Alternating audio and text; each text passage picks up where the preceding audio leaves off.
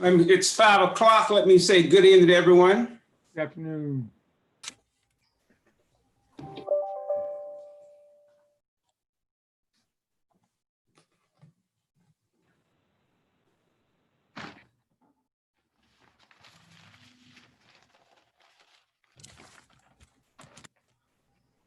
Ms. Roberts, Yes, sir. I'm gonna go ahead and call the meeting to order. And ask you, this is a meeting for our third reading of our budget. Let me ask you to call the roll for council. Yes, sir. Malinowski, Present. Dickerson, You present. McBride, Present. Livingston, Present. Teratio, Present. Walker, Kennedy, Manning, Here. Jackson, Present. Myers, Newton,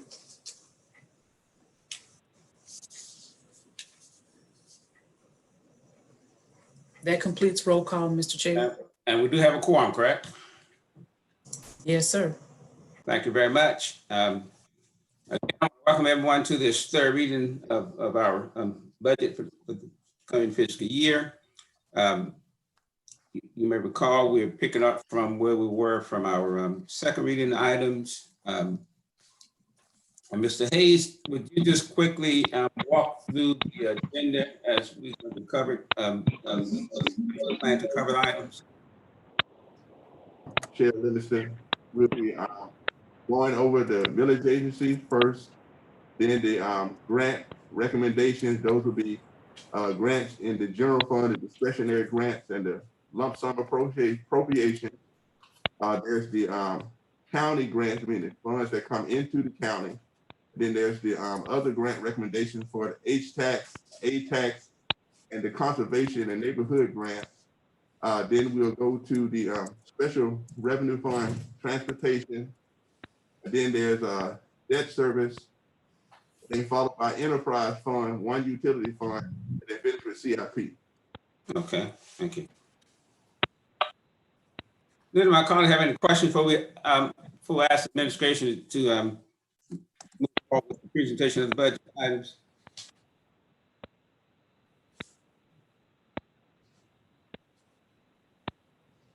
If that's the case, Mr. Hayes, are you going to start out with our military agencies, or where do you plan to start? All right. Okay, so yeah, we're gonna I'll tell you between your original budget book and the revised pages, what page we'll go to tonight as we go through the motions list. So the first page will be page 124 of your revised packet, which has the millage agencies amounts on them. So page 124 of your revised package, which has the millage agencies on it. And the first item is the Richland County Recreation Commission. Okay. Now that would say, so won't be confused. Now that, although it's third reading, that would say second reading though, correct? On it. Right, it is third reading, yes, sir. That's just a fact. But These are this is third reading motion list. I know, I want to clarify because I think it's on the document, it said second reading. Yeah, it is third reading. Okay, thank you.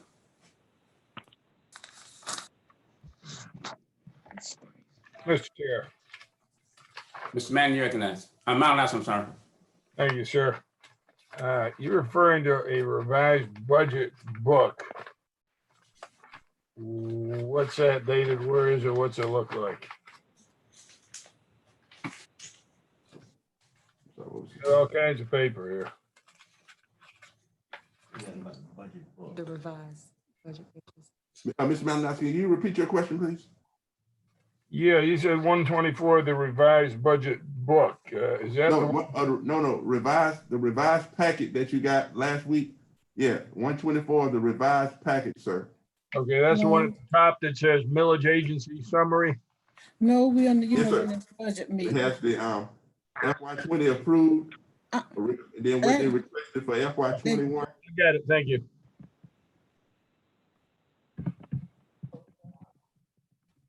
Okay. If no other questions, Mr. Hayes, you may go ahead. You all want to take a motion, or you doing it? Well, the So, next. so let me just clarify. What's before us is the millage agencies. And if you see on that list, you start with the Recreation Commission, then Clemere Mental Health, the Library, Riverbank Zoo, Midlands Technical College funding, and then also debt funding for Midlands Technical College and Richland 1 and 2. So that is what before us now is the millage agencies. So the chair entertain a motion to reference those millage agencies.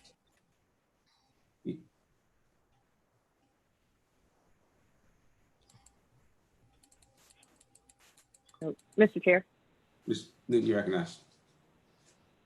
Thank you. Just a quick question on the millage agencies. I'm looking at 124, which we received last week. My understanding, and I'm not looking at the email, is that Midlands Technical College changed one of its requests since then. Is that correct? And if so, what would that reflect here on this document? Ms. Newton, yes, on the motions list is highlighted green. That is correct. Their original request was $6,445,030, and the adjusted request is the $5,800,527, which is highlighted in green as item number 5 on the motions list. Okay, well, I will check to see where that list might be. Thank you for answering my question. Any other Mr. questions Chair. regarding those millage agencies? Mr. Malinowski, then Mr. Ratio.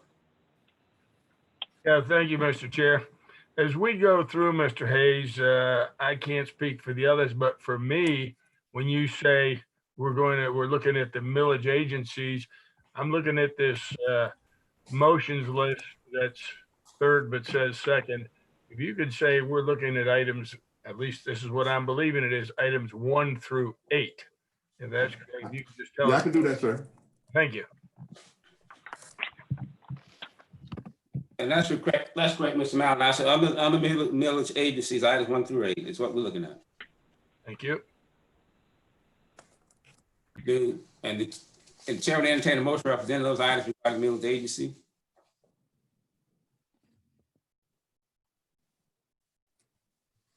Mr. Chair. Ms. McBride, you recognize? Yeah. Ms. McBride, then Ms. Newton. So if I'm looking at the third reading, so does this reflect a 10% reduction from the original amount on the third reading? Ms. Hayes, you want to answer that question? Yes, it is. I can give her the exact amount in just a moment. I just needed to know whether it reflected that amount. Well, these are the reductions from your last previous memo, correct, Mr. Hayes? Yeah, so, right, so the total, the aggregate total of the whole from what the departments originally requested, the original requested amounts were total 460.8 million. And now the total requested is 452.3 million. So yes, that's more than a 10%. Okay, thank you. Mr. Chair, were you asking for a motion? Yes. I move that we accept the millage agency's requested amount based on the 10% reduction, with the exception of the mental health.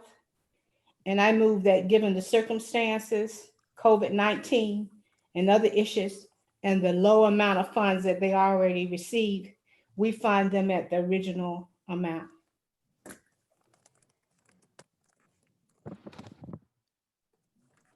Is there a second to the motion? Mr. Chair,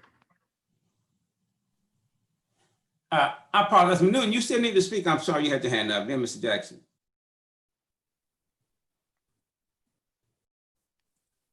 Go ahead, Mr. Jackson. Mr. Chair, I would be willing to separate that motion, if Ms. McBride so desires, and I would be happy to second it. But I'd like to separate that motion or divide the question if I could, sir.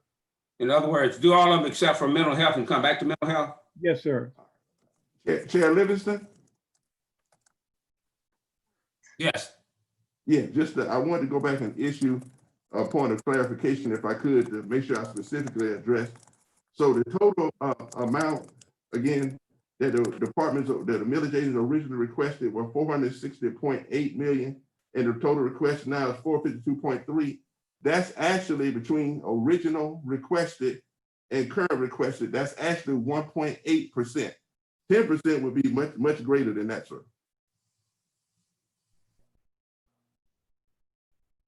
But what you're saying is there's 10% mandatory.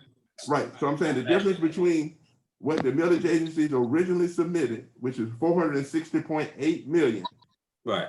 Number is now 452.3 million. That represents roughly a 2% reduction. And each is an aggregate whole. Thank you. Mr. Jackson, you say after, I'm sorry. Yes, sir. I just want to, and if I don't get a second, that's fine, but I'd like to make a motion that we divide the question. Is there a second to the motion to divide the question? That'll be a substitute motion? I second it. I'll second that. Moving proper second to divide the question. Any questions on the motion to divide the question? If not, Ms. Roberts, can you call the roll to divide the question and take out mental health? Malinowski, Yes. Dickerson, McBride, Yes. Livingston, Yes. Teratio, Yes. Walker, Yes. Kennedy, Manning, Yes. Jackson, Yes. Myers, Yes. Newton. It passes. The motion was to divide the question, not. Mr. Chair, I stepped away for a moment. I have to catch on the back end. I approve. Thank you. So the motion is to divide the question. So the first question is all those items with the exception of item 2.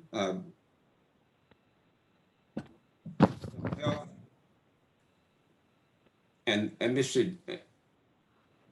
Let me get a new motion for that one, since that motion was divided, just to deal with all of them except for mental health. Is there a motion to move forward? Mr. Chair. All items except for mental health at this point regarding millage agencies. Is there a motion? Mr. Chair, Yes. I'll make a motion. It's slightly different. It's the motion that I was going to make when I raised my hand, which is that I move that we approve the budgets as proposed for all the millage agencies excepting mental health, with the caveat that should our budget drastically change or should we need to revise the budget, that we may have to come back to these agencies at a future point. Thank you. Is there a second? I'll second that. It's moved in properly second. Any discussion reference to motion regarding millage agency reports? Mr. Chair, I have a question. Am I Mr. Walker, recognized? and then This is Delia. and Ms. Myers. Mr. Walker, then Ms. Myers. Thank you, Mr. Chair. My question is for the budget director. I'm simply curious at this point in the process of dealing with and absorbing whatever effect there may be so far of COVID-19, the effect it's having on our revenue. Mr. Hayes, could you speak to, Budget Director Hayes, could you please speak to whether or not we've seen anything quantifiable yet? Can we model off of anything we've seen to date? Is there any current data on the revenue side that is applicable to this conversation? Mr. Walker, I'm sorry, we were having some feedback issue. Could you repeat that question? Sure. My question is, do we have any real-time data as it pertains to the revenue side of our budget that we could use to forecast or in any way understand better what the real quantifiable impact of COVID-19 may be on the county's revenue? In other words, have we seen anything yet that's not shown to us in the expense side of the budget? Have we seen anything yet on the revenue side that could help us make better decisions? I did get your question, Mr. I'm actually, that would be a question for our finance director, Stacey Ham. Her staff normally tracks revenues as it relates to the county and other millage agencies. So if Ms. Ham is on the line, I would ask her to respond to that question. I will say, Mr. Walker, that right along with the county general fund and the millage agency, which are both heavily dependent on property taxes, a lot of the property taxes were received pre-pandemic, but one of the issues at hand has been the property tax category with taxable sales. When we closed down for a good bit, that number was impacted. But Director Ham may be able to give you a little bit more information on that, sir. Yes, this is Stacey Ham, Finance Director. We haven't seen much of a turn down, and of course, as Mr. Hayes says, in the taxes, because vehicles only make up about 14% of the overall taxes, and so that's the only revenue on taxes that have been affected, and that's 14% of all the taxes, so it's a small percentage. We've seen a slight downturn, and we've gotten our first check that's been since the pandemic for the local option sales tax, and it was down about 600,000 from where we normally are, but we should, so that's about 10% down from where we normally are, but that only affects 2 of the months for the year. So we should be good for this year, but going forward, I would think there'd be a slight downturn in the lost revenue from where we originally budgeted, maybe 10 to 20% less. I have Livingston, then Matt. Let me just quickly respond to that to Mr. Walker. I had conversations with the treasurer at our last meeting. I had an extensive meeting with the home builders as well as economic development professionals, and got pretty much the same information that you're getting now. That the property tax revenue is the main driver of the funding we're talking about now when it comes to the millage agencies, and that has been mostly collected already. I asked the treasurer a question about concern that was expressed just now regarding the sale that referred to by the finance director. Talked with the treasurer about that. The treasurer said that should not be a significant problem in the sense that if they have to do it, they'll do it online, but he think that would work. And I think that was only like $1 million or so, but much more than that. So it's very clear to me that there would not be a significant impact on the property tax revenue. In my conversation with the home builders, as a matter of fact, what was surprising is that actually April and March of this year is more robust than last year in terms of home sales and so forth. And plus, we got all the properties that's come, Assembly Street property, all the developments going on. There seems to be a very minimal impact on overall property tax based on my feedback. Mr. Manning. Mr. Livingston, I think you forgot me. This is Delia Myers. Ms. Myers, I'm sorry, I'm looking on my list here, and since you're all right, Ms. Myers, you're next.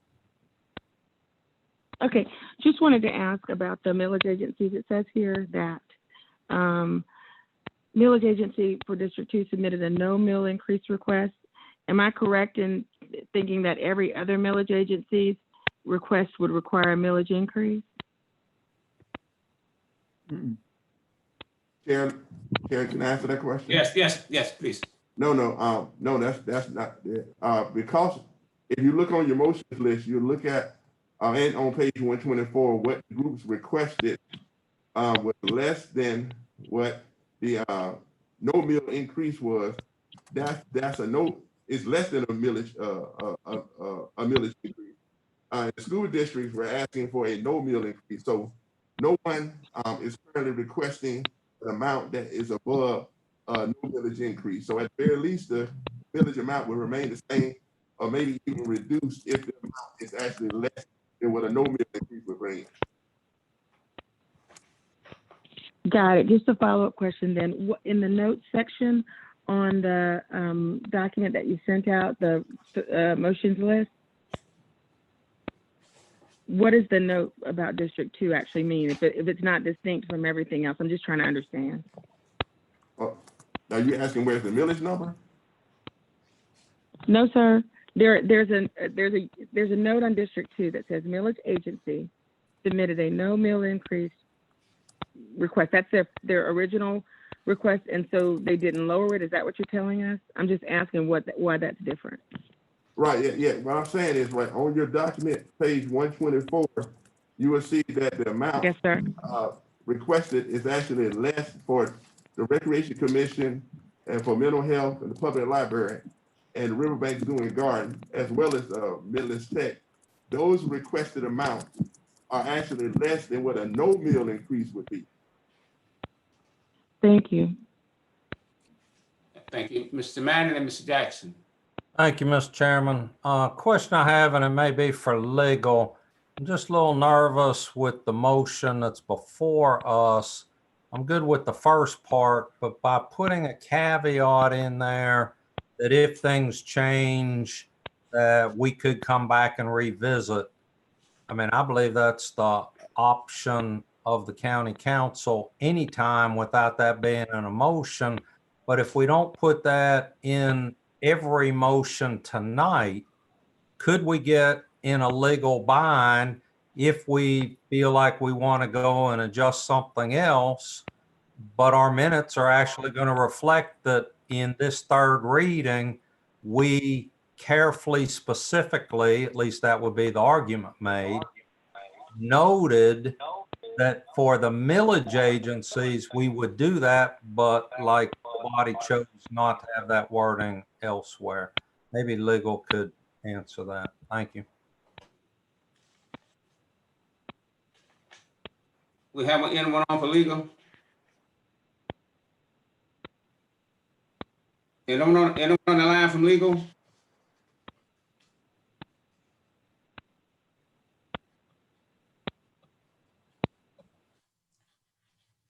Mr. Manning, we'll have to get that one. Well, Mr. Chairman, I'm trying to find now. you know, I'm surprised this issue's never been raised before, but I think when we have meetings like this, legal probably ought to be invited to join us. Mr. Mayor, I concur with you on that. That's what I say at every meeting. Thank you. Mr. Chair, I had Jackson and now Teresa after Manning. I just wanted to let you know that Mr. Farrell was on the line. He got Oh, I'm sorry. We are reconnecting him now. Thank you. Uh-huh. Hello. Hello. Mr. Farrell? Hello. Hello? This is Brad Farrell. Can you hear me from legal? Yeah. Yes, I can hear you. Yeah, listen, we're here on the meeting. We just couldn't get through. I've been listening to the whole meeting. So the question was about, putting in the motion, the caveat language, implicit in every one of your motions is you can revisit it as circumstances change. You have the authority to make budget amendments. You have the authority to do supplementals. So you don't need to put that caveated language in there. And as Mr. Manning points out, if you do it for one, you probably should do it for all, but you really don't need to do it for any. Thank you. Ms. Mann, did that answer your question? Yeah, I just want to add, because we're monitoring all your meetings. It's a technical inability to get through sometimes that is beyond our control. But we are attending all of your meetings. Thank you. Thank you. Mr. Manning, did that answer your question? Yes, sir, Mr. Chair, and then the maker of the motion need to decide what they want to do. Thank you. Thank you. And we'll get to that before we vote on the motion. Mr. Jackson, Ms. Teresa, and Ms. Newton. Well, I would probably like to see if Ms. Newton, since she's the maker of the motion, wanted to revise the motion first before I make my comments. And so I would like to defer my comments until we get that answer, sir, if I may. Ms. Newton, you may go ahead and respond to that.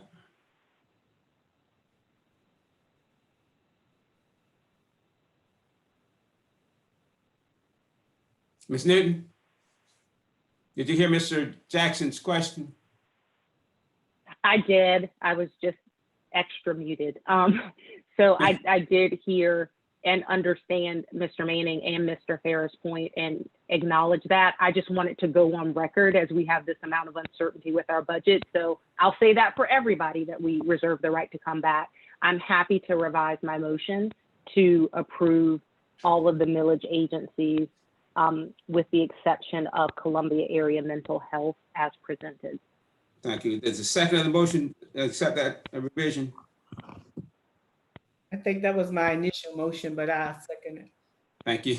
it. Mr. Jackson, were you through? Yes, sir. Thank you. I'm back.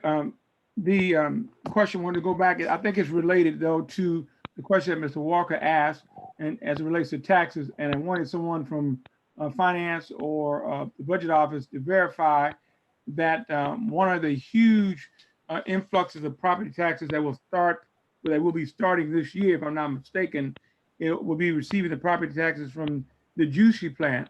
And I'd like for someone to verify that for me as a new and additional revenue source into the property tax pool that we, prior to this time, have not received. Mr. Hayes, can you or the finance person verify that, sir? I don't want to speak for the county auditors, but yeah, a representative from the county auditor is on the line, but that was my understanding that they were to be, this will be the first year of their taxation, but we do have a representative on the line from the county auditor's office, Mr. Alan Brown. If you could respond to that then. Mr. Brown? Yes, sir. Can you hear me, sir? Yes. Yes, sir. This is Alan Brown, Senior Accountant with the Auditor's Office. And yes, we do expect tax revenue from China Juicy this year. Unfortunately, we don't have an estimate That was going to be the next question. this summer. Yeah, that was going to be my next question. Yes, sir. We'll get it within the next month or two. The state will send us some information. Thank you, Mr. Chair. Thank you. Mr. Rachel, I thought you had a question. I was actually going to ask Ms. Newton if she would accept a friendly amendment. That was back when the caveat was still on the table. So Okay. I've gotten past that. Okay, thank you. So again, the motion before us is approved for the listed millage agency with the exception of mental health. It's been moved and properly second. Any further discussion? There being none, I'll ask Ms. Rob Scarborough. Malinowski? No, I didn't hear you. I'm sorry, sir. no. Dickerson? When will we be getting money from Juicy? Is that this year? Taxes. Ms. Dickerson? McBride? Yes. Livingston? Yes. Teratio? Yes. Walker? No. Kennedy?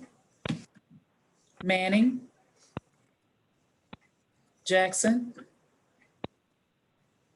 Yes. Myers? Yes. Newton? Yes. It passes. Thank you. That brings us back to mental health. Entertain a motion regarding mental health at that last millage agency there. Mr. Chair, Ms. McBride, you recognize? yes.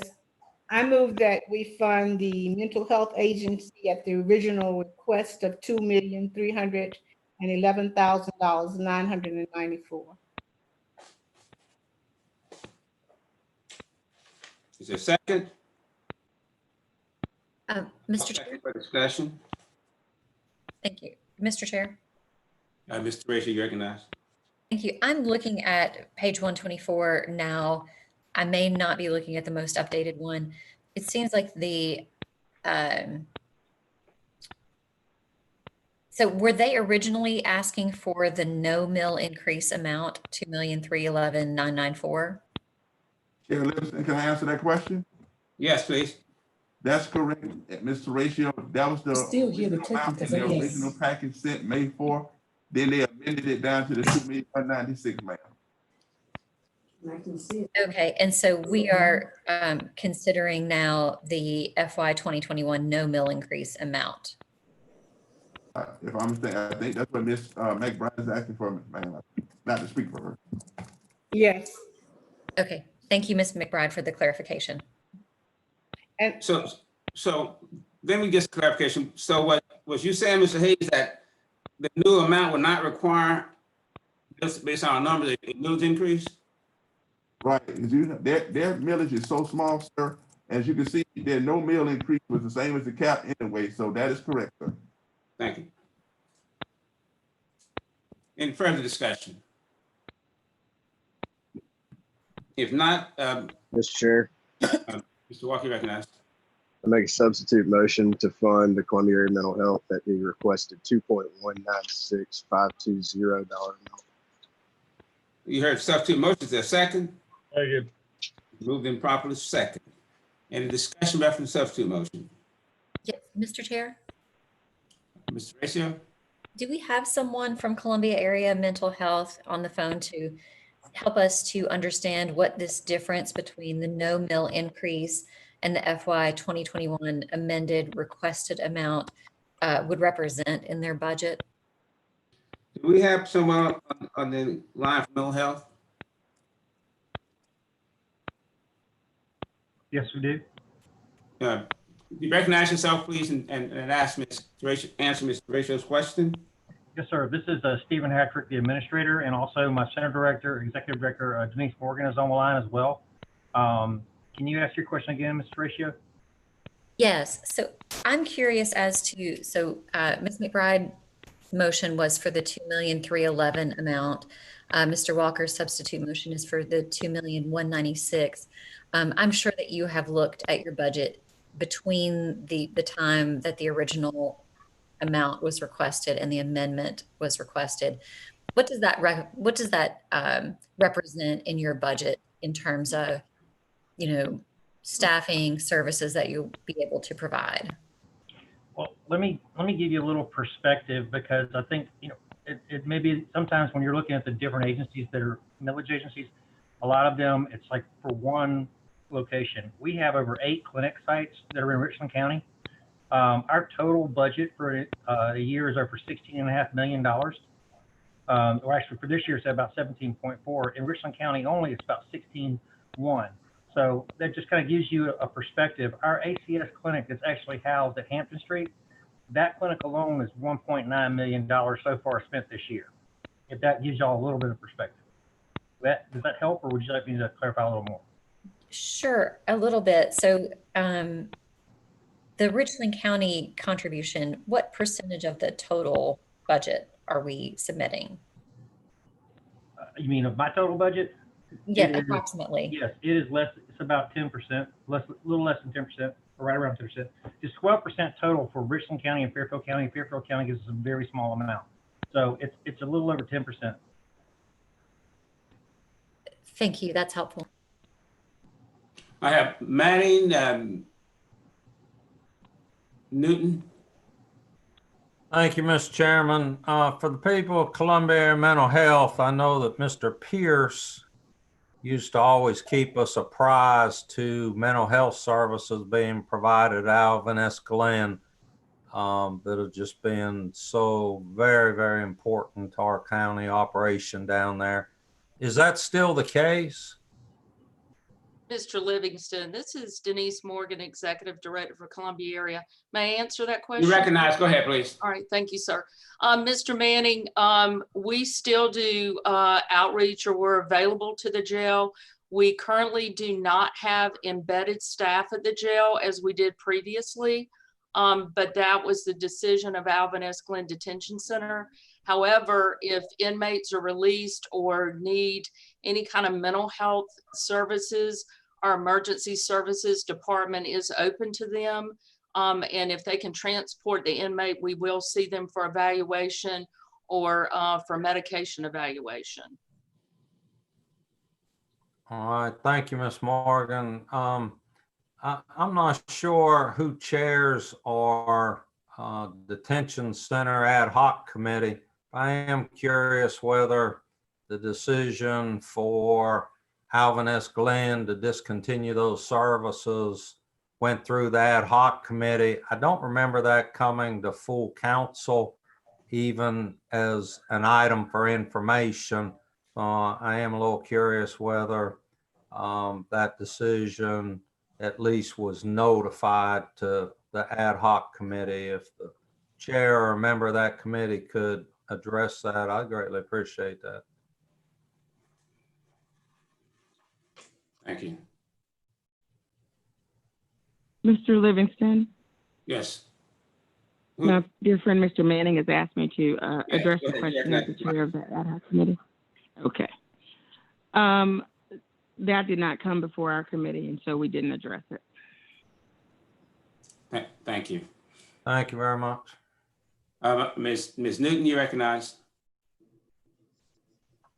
Thank you, Mr. Chair. I just wanted to say, as I get ready to vote on this motion, that I fully support mental health and understand that mental health is especially critical right now. My concern is that we have so many additional budget requests that are coming in an environment of uncertainty where we don't know what's coming. And so everybody is sharing the pain on this a bit. And so I guess I would rather have us look and see if we can support it at the requested amount. And then there may be other places in this budget, and I have some ideas about where we can find extra funds and then come back. But I guess as I've talked to agencies, every agency that I've talked to is having increased expenses during this critical time.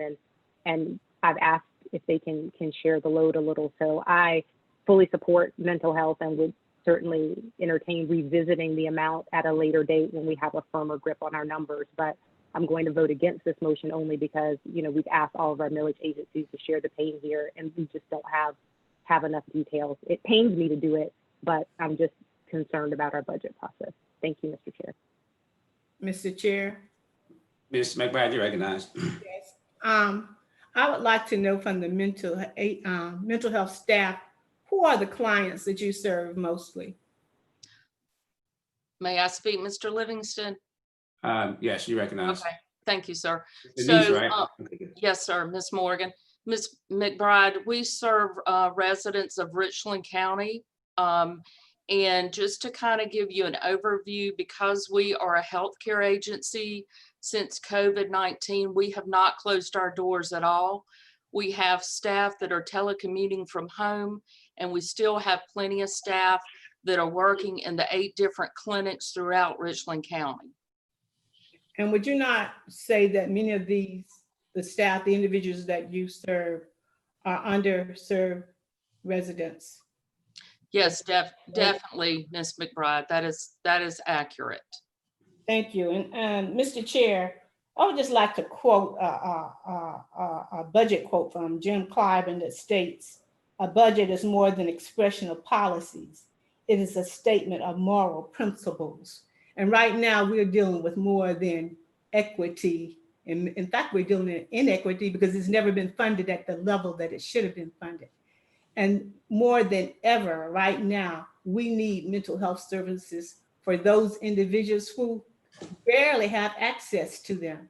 So to even think about not funding this at the requested level, to me, is unthinkable. So anyway, I ask my colleagues to support the motion. Thank you. And I have Libby's next. Let me just quickly say that it's my intent to support this motion, mainly because of the uncertainties, because I think the uncertainty is what's going to have a significant impact on our residents' mental health. I'm one who's not a very strong supporter of across the board cuts because I think needs varies in different areas. And I think the need is great in this particular area, you know, considering the current circumstances. So for that reason, that's why I would support it. Any further discussion? If not, I'll ask Ms. Roberts. Sure. Well, I guess. I think that was Mr. Walker, right? Yeah, it was Mr. Walker. I wanted You to go on recognize the Mr. record. Walker? Yes, go ahead. Thank you. Let me go on the record and just point out that my motion is to fund Columbia Area Mental Health at the newly requested level. Thank you. Thank you. Okay, Ms. Newton, you recognize. Thank you, Mr. Chair. Again, I agree with the importance of mental health. I guess my question would be, I think that there are other areas in this budget that can be trimmed where monies could perhaps be redirected here. And I guess my question would be, from a procedural perspective, is once we approve the millage agencies here at whatever amount we approve them, you know, what is the mechanism when we get to other areas of budget where we could say, okay, well, these are funds that could be redirected to Columbia Area Mental Health? Because I do think that there are funds that can do that. Or is it just a matter of reducing expenditures elsewhere without having to specifically redirect it to this pot? Okay. What I think what I had for is a motion and a substitute motion. Was the substitute motion was for the original requested amount, and then the amended requested amount, and then the and Ms. McBride, I think your motion was the original motion at the 2,311,000. That's true, and that's the amount also that our budget, our staff recommended initially. Thank you. So what's before us now is the substitute motion that was made by, I think Mr. Walker made that motion. Wait, Mr. Chair, I'm sorry, is someone going to answer my question? Or was I on mute? I'm sorry, I thought your question was answered. Ask your question again, then make sure. Sure. My question was, from a procedural perspective, when we're looking at a difference in funding levels here.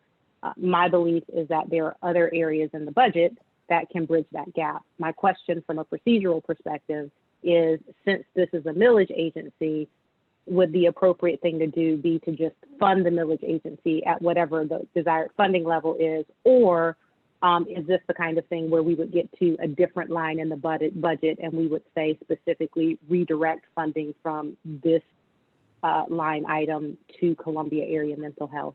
That question make sense, Mr. Chair? That'd just be a matter of council member making a motion to that effect at that given time, though.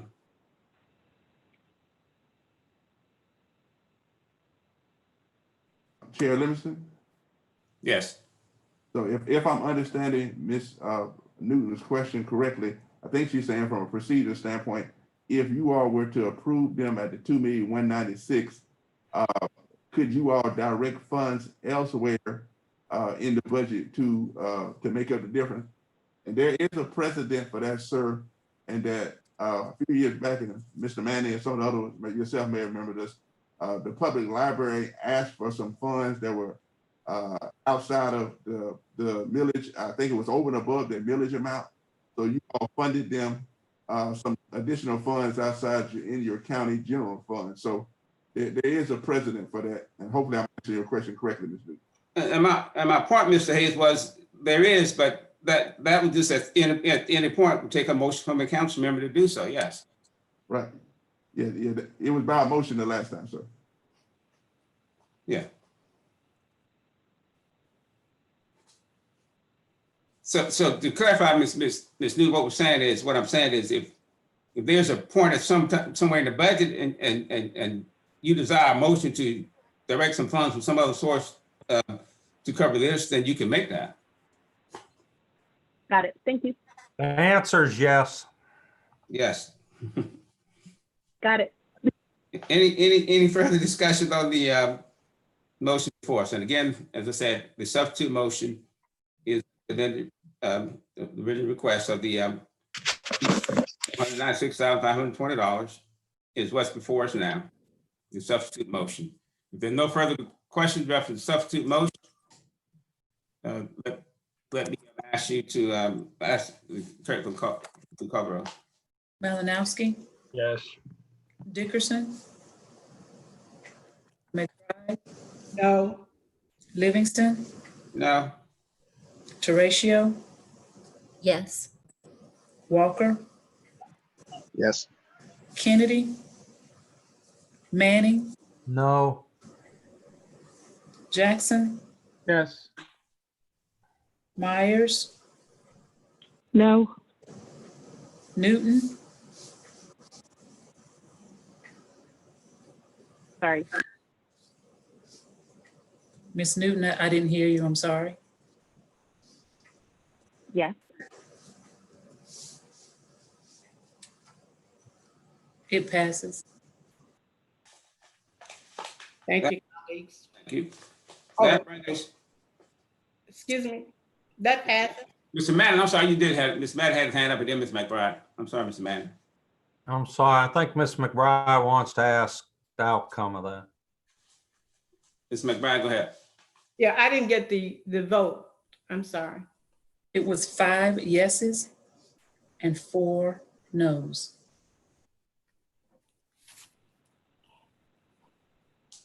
And 2 did not vote. Is that absentees? 2 did not vote. Yeah, that is correct.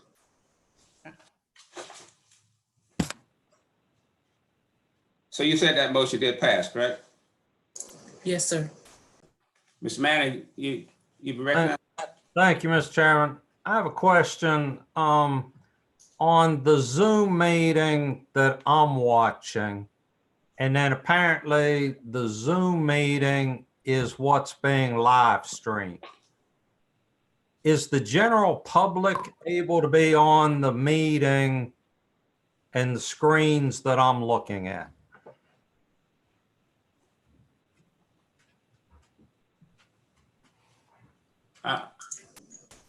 I don't know the answer to that. And we'll have to ask tech folks. Mr. Chair and Mr. Manning, if I may. Yes, please. Citizens are able to view it via live stream on our YouTube channel, but do not have access to be participants to the actual meeting. Okay, then the question that raises for me is, it seems like if we're going to have participants, and this isn't just general public, we have things like iPhone. I see a state flag that says utilities. I'm guessing that's the Utilities Department of the state of South Carolina. We have first names. We have telephone numbers. I think if this is a formal, be part of this, but you're not the public, I think that the public and I think the other participants who have the luxury or the ability to be a part of this ought to be identified at least by name. Thanks, sir. I'll certainly support that too, Mr. Manning. So before we move on, anyone who is not a council member or a staff member, can you please recognize yourself on this line? Let me start with, well, no, go ahead. If you're not a council member or a member of staff, please recognize who you are. And Mr. Chairman, if I may, I believe the host has the ability then, when they recognize who they are, to be able to enter that. Is that correct? IT? Yes, sir. Yes, sir. That is correct. Okay, so if we could kind of go slowly and do that besides just a quick identification, I think that's important for transparency and accountability. Thank you. Thank you. Yes. My name is William Belton. Excuse me. I work at the solicitor's office. It is not on your general YouTube access. I had to go around and around to find someone who had access to the Zoom code. So if you go and click on your YouTube, it ain't working. All right, thank you.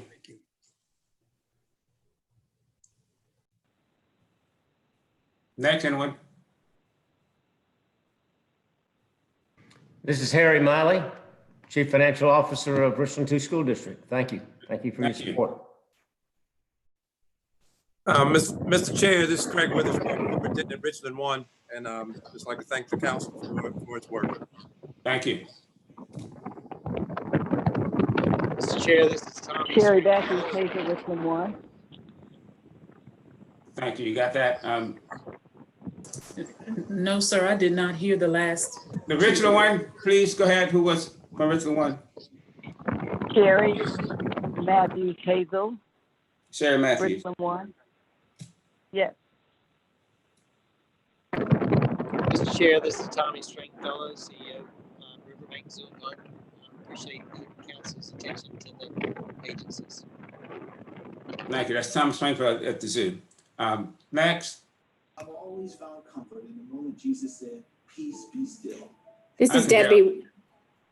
Can you talk louder? I think that's Ms. Walker.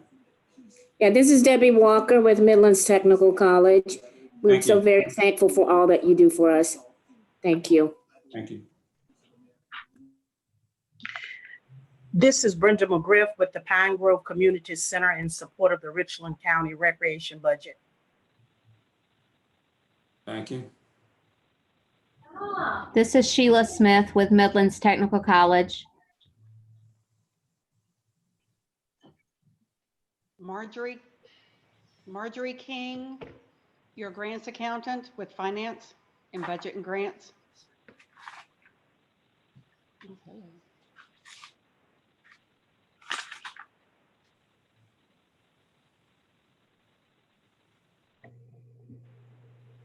Hello? Okay. Anyone else other than county staff and council members? If not, we'll move on. Mr. Chairman. Mr. Manning? So I'm still seeing a Don Zeta.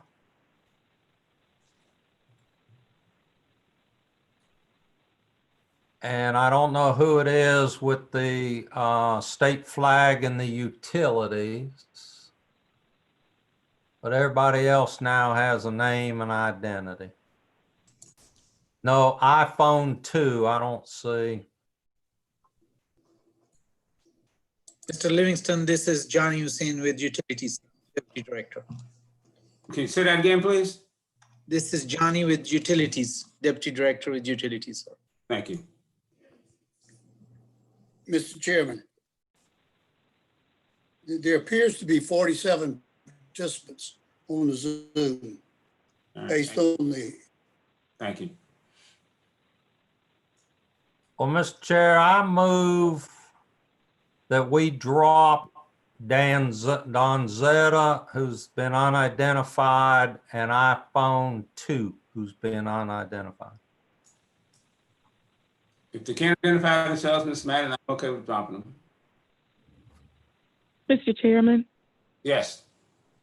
point of order, that motion, I think would contravene the fact that this is a public meeting, and generally when we have public meetings, nobody has to sign in to identify themselves. So I don't know that that would be entirely appropriate.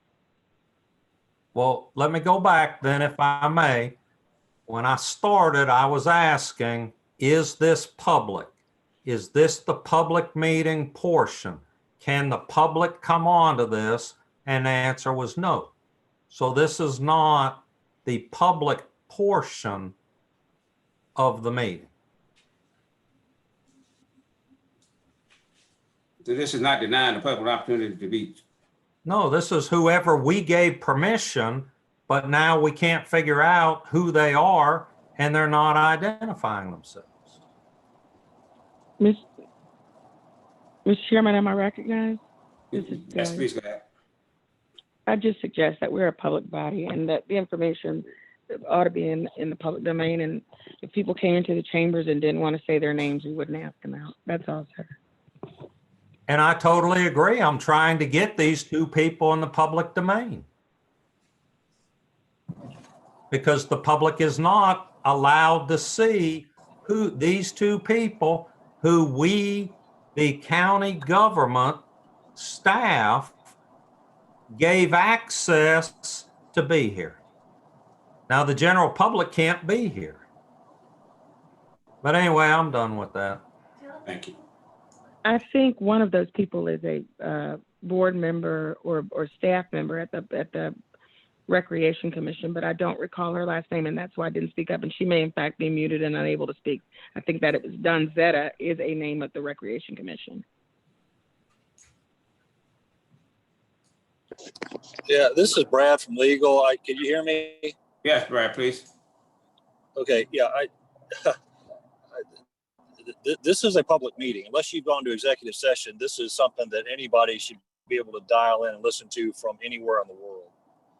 So I'm not sure the aspect of this is not I'm not sure where that came from. Okay, well then I'm asking that we give access to this to the public because the public has not been given access to come into this Zoom room. So I'm okay with what Mr. Fair is saying, but that was not the case until he just said it. So if that's the case, then we need to immediately broadcast everywhere the PIO puts information out, the way for anybody in the public to come into this current Zoom room we're all in. And until we do that, from what the attorney's saying and what one of my colleagues has said, then I think we should not continue until the public has opportunity for them to be given the way to access this and the amount of notice that we give them to be able to access it. Any further discussion about this matter?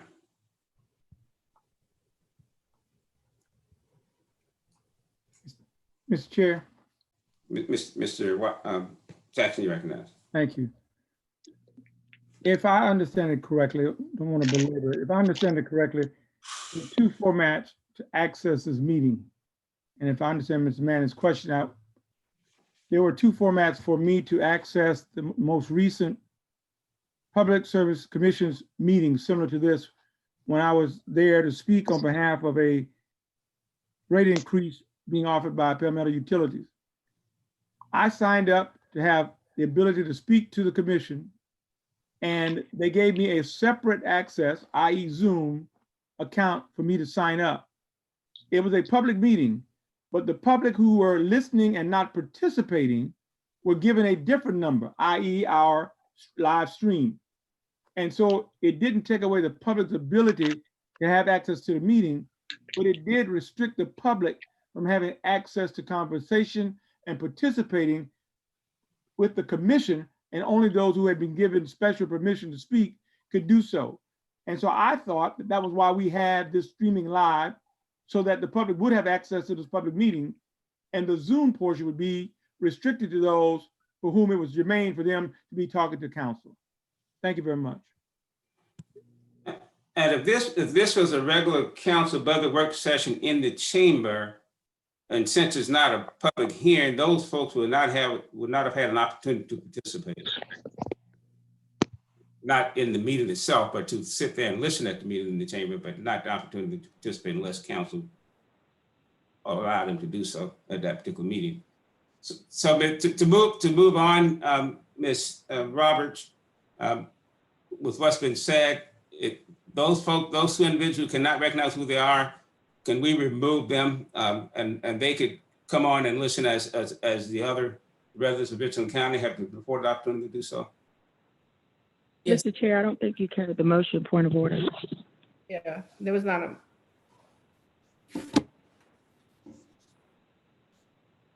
There wasn't a motion. I think Mr. Manning made a motion. Mr. Manning, what was your motion, Mr. Manning? Well, I was raising it originally as a procedural issue. Right, and I was just ruling on the procedure issue, but I don't remember a motion in a second. I thought it was a motion also. Well, if I tried to raise it as a procedural issue. If it needs to be a motion, a procedural issue with, and I appreciate Councilman Jackson being much more eloquent about kind of the two platforms. So if you If there shouldn't have been a motion and I made a motion, I take it back and it's a procedural issue for you, Mr. Chairman. If I was that- ruling as a procedural motion. I don't know who seconded the I can get I don't remember a motion and a second. So if it requires a motion, then I move that those people who are on this forum, which is not the public forum, who will not identify themselves. I can't. Hello?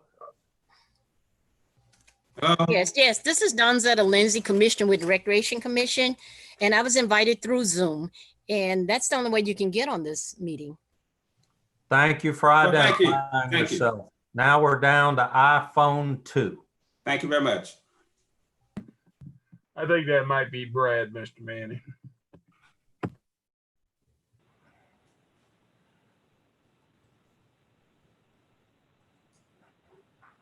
Okay, if that's Brad, then let's put Brad there, and now we got it all taken care of. We don't need a motion, we don't need a procedure or anything else, but we now can go on with transparency. Thank you. All right, so far we've completed those items under millage agencies. Is that correct, Mr. Hayes? Now you say. Yes, sir. So you may move us on to the next section. So, next item, since we're done with the millage agency, we're moving to the grant section, item number 9 and item 32, which is the ATAX committee reckoning. On your motions list, item number 9, joined with item number 32, which is ATAX committee recommendation. Item number 32 will represent the funding level for the ATAX fund. If council may recall during the budget work session, because of the pandemic and a reduction in ATAX revenue, we're requesting that council will reduce the budget in ATAX from the $565,000 down to $320,000. And that's the amount of recommendations that we have for the ATAX committee. So they'll be found in your original budget book on pages 52 to 58, but it's items number 9 and 32. Mr. Chairman, I move to approve the staff's recommendation on the items 9 and 32. You heard the motion, reference items 9 and 32. You state the page again? Pages 52 to 58.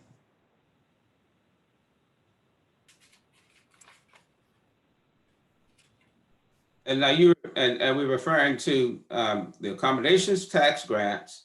Yeah, that's great. ATAX recommendation, sir. Right.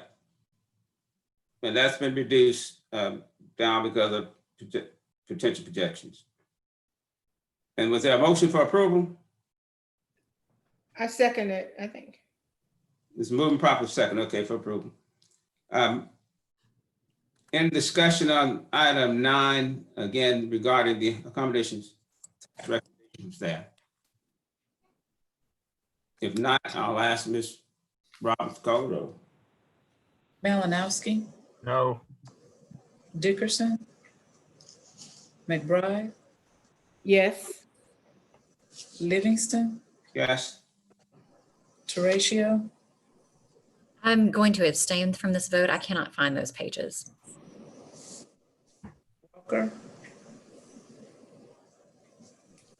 Kennedy, Manning, Yes. Jackson, Yes.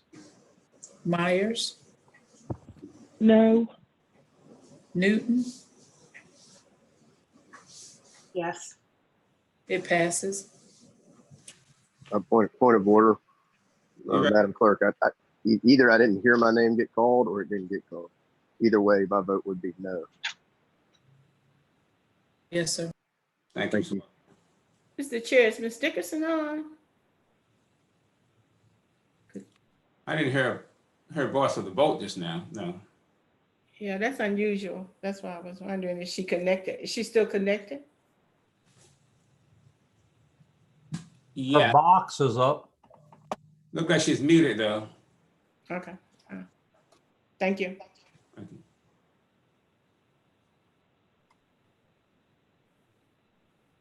All right, that motion passes. That Mr. Hayes, next was item 10. Is that correct? 10, which is found on page 60 of your original book, the H-Tax Ordinance Agency. And I would list them for you. There's the Columbia Museum of Art, Historic Columbia, Adventure, and Township Auditorium. I would like to issue a point of clarification, and Councilman Manning will help me with this. The Columbia Museum of Art amount, which is $890,872, that amount was including an additional $125,000 that was approved by recommended and approved by council by former Councilman Pierce, but that funding was only for the years FY19 and FY20. So actually reckon, if council's pleasure, would actually be $765,872 if you wanted to go back to its normal amount. Mr. Chairman. Mr. Manning, you recognize.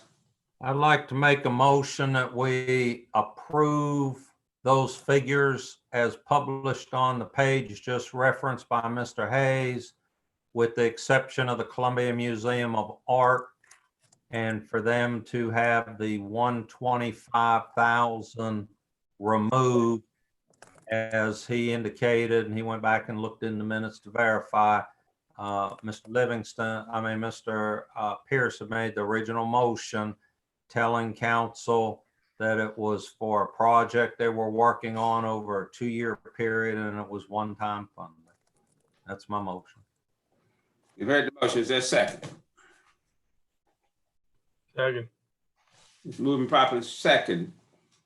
In discussion regarding the motion. And again, those items are on page 60 in your book. Mr. Chair, You recognize. 2 questions. Page 60 in our book, you're referring to the original book that we received as opposed Yes, to. yes, I said page 60 in the original, not the revised page, page 60. Yes, ma'am. Thank you. And sorry to ask, Mr. Manning, but could you repeat your motion, please? Certainly.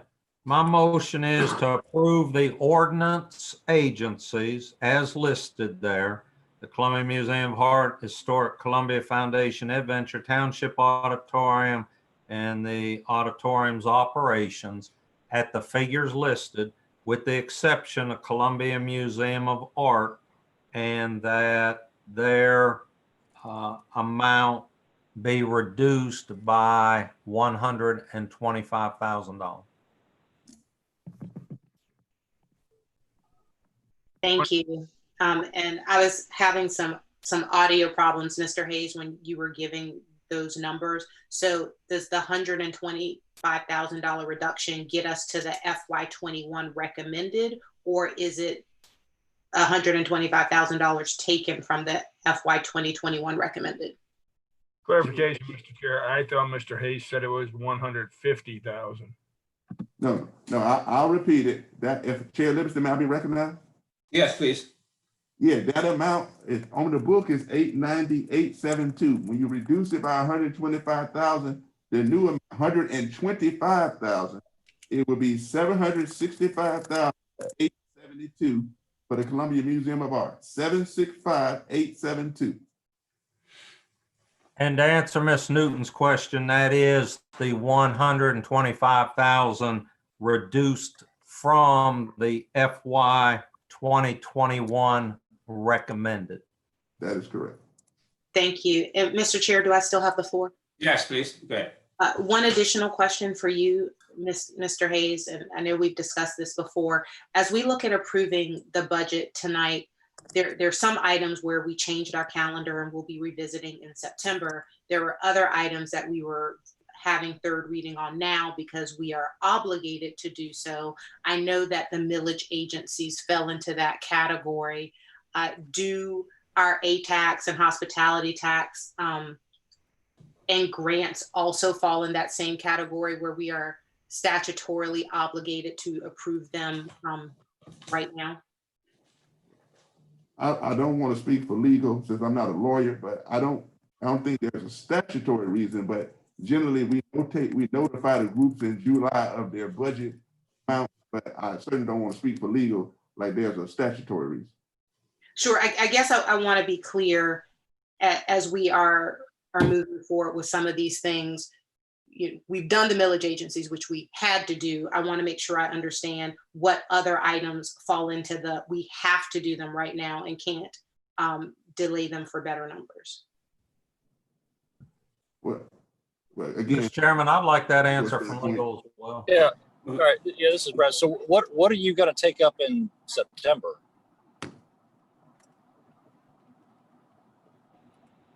I would ask Mr. Hayes that. Ms. Hayes, go ahead. Yes, in September, okay, well, let me back up. All the funds have been approved by council, but for the biennium, with the exception of the millage agent. So the council has done that tonight.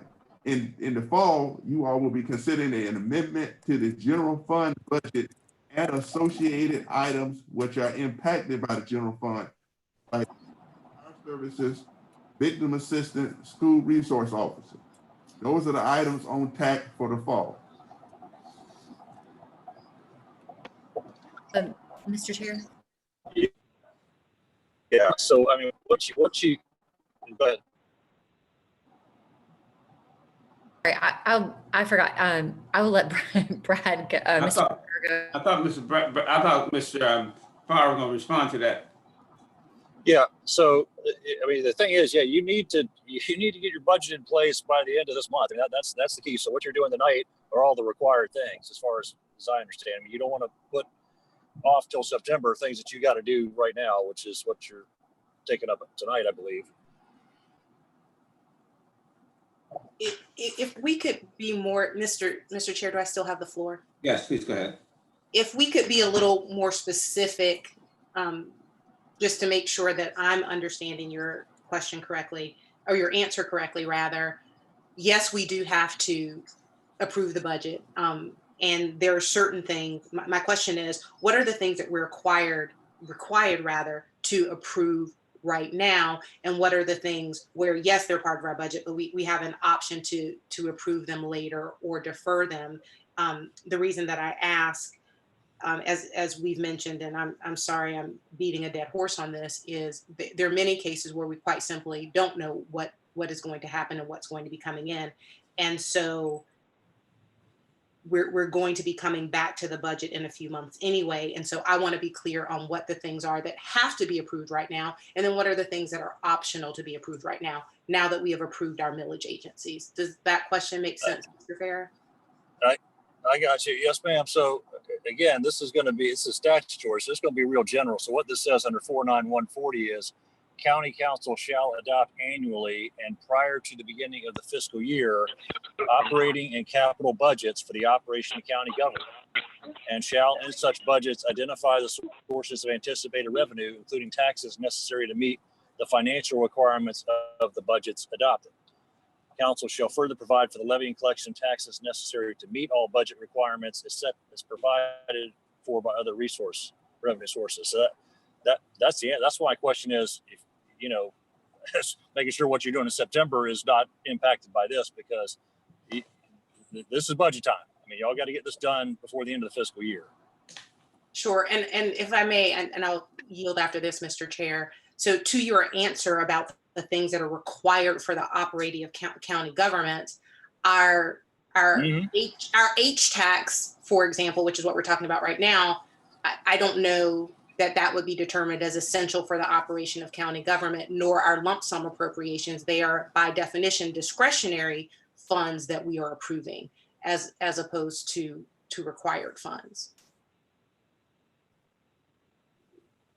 Well, yeah, so if you take the position that that's not part of the operating capital budget, you could take that position, but you also need to identify anticipated sources of revenue to meet the financial requirements of the budgets adopted. So if you're going to put things in the budget for various agencies, they need to be identified and adopted, during this process. Mr. Chair, may I be recognized?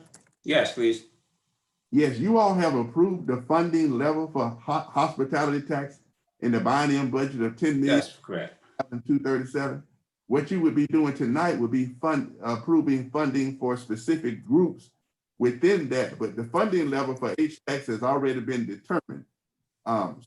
We didn't change that funding level like we did with accommodations tax. To further answer Ms. Newton's question and what needs to be taking place tonight, I understand by ordinance, you all need to pass the transportation tax project budget. And then, of course, there is a budget amount for the utilities enterprise fund. It's in place, but my understanding, because of some revenue differences, that amount is tonight.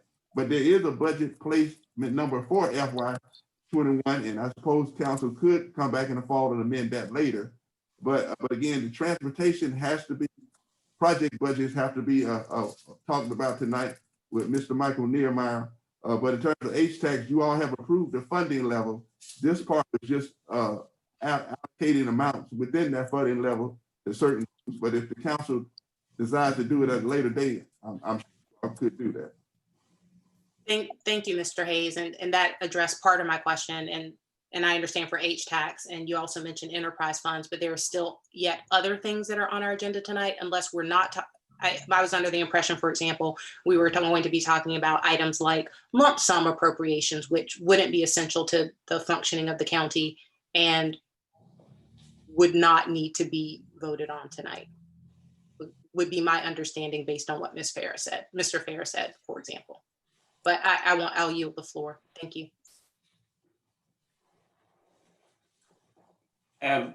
Mr. Hayes, your intent was for us to vote on the lump sum tonight, though, is on the agenda. Right. That was back to making sure let's go back to hospitality. Let's not get away from where we are now in terms of orders agency regarding hospitality tax. Yes, sir. What was, and I think Mr. Manning, did you make a motion regarding that?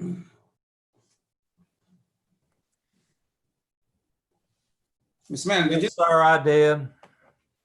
My motion was to approve on page 60 of the original book, the funding for Columbia Museum of Art, Historic Columbia Foundation, Adventure, Township Auditorium, and the auditorium's operations at the FY 2021 recommended amount, with the exception of Columbia Museum of Art, and that theirs be reduced by $125,000, which puts them at the $765,000 and some other dollars that Mr. Hayes said. Okay, thank you. What's further discussion on it, on that motion? Mr. Chair. Ms. Tracy, you recognize. Thank you. So I have I think a couple of questions here. One is, and this may be in our budget, our agenda briefing document, but they're large and I didn't quite get through it all. For like the township, did they get any kind of recovery money? Has that been established? And then the second question, so the first question is just recovery money for some of these organizations. The second question is around the $125,000 less for the Museum of Art. I don't serve as a liaison to the museum. I would love to hear from either the museum or one of the liaisons as to what impact that reduction would have on the museum. Mr. Chair, clarification. Ms. Manning, ask clarification. Go ahead. Thank you, Mr. Chair. Mr. Manning has requested that reduction because it is a reduction of funds they are not entitled to. So he is correcting the record, regardless of what impact that would have on them. Thank you. Oh, okay. Thank you, Mr. Malinowski. That was helpful. I somehow missed that piece of information. Hey, you're welcome. Mr. Chair, I'll be glad to speak to at least the Township Auditorium. I serve as one of the council liaisons there. We actually had a board meeting by Zoom for safety reasons on yesterday morning. And that was a question I asked was, had the people from Tetra Tech and the team looking at this been in contact with them?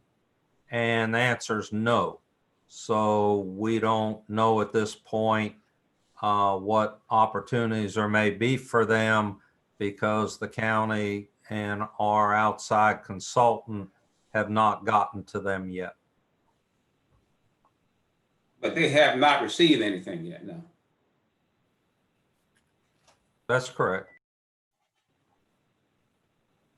Any other questions regarding the motion before us, regarding the ordinance agencies?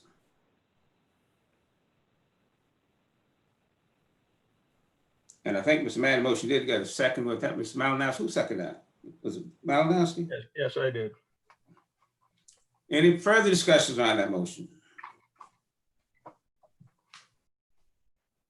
If not, I'll ask Ms. Roberts to call the roll. Malinowski, Yes. Dickerson, McBride, Yes. Livingston, Yes. Teratio, Yes. Walker, No. Walker, How do I say yes? Mr. Quinn? Kennedy, Yes. Walker, No. Manning, Yes. Jackson, Yes. Myers, No. Newton. Yes. It passes. Thank you. Next on that sheet is special promotions. Ms. Hayes, you want to go ahead? The HTAX committee recommendations on pages, that's item number 11, pages 61 through 42, 61 through 72 in your original book, the HTAX committee recommendations for 500,000.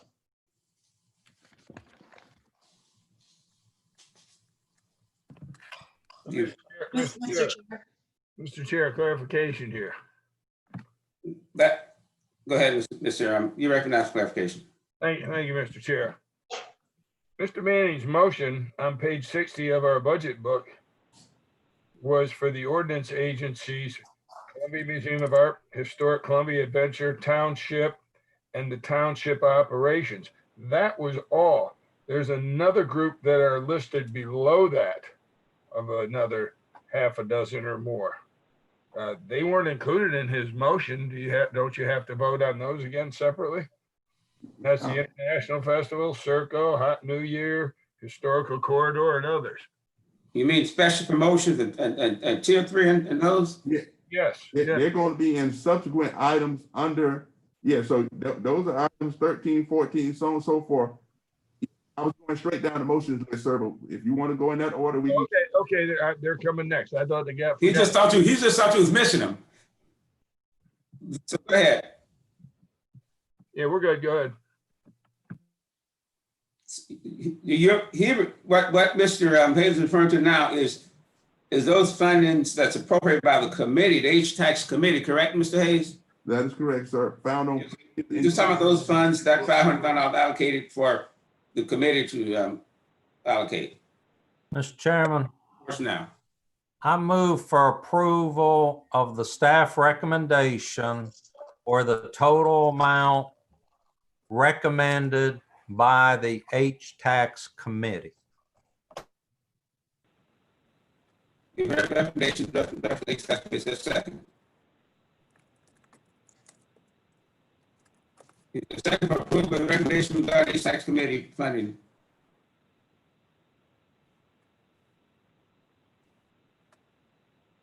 Mr. Chairman,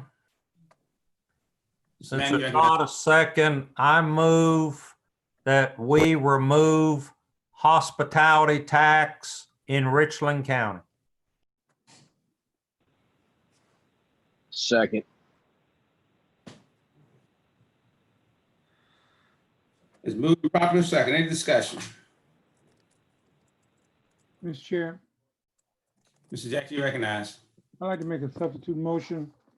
I'd like to move that all budgetary items tonight that are up for request or approval from this point forward, with the exception of special revenue, be funded at the current level of funding. You heard the motion? Is there a second? Is there a second? Second. Discussion then.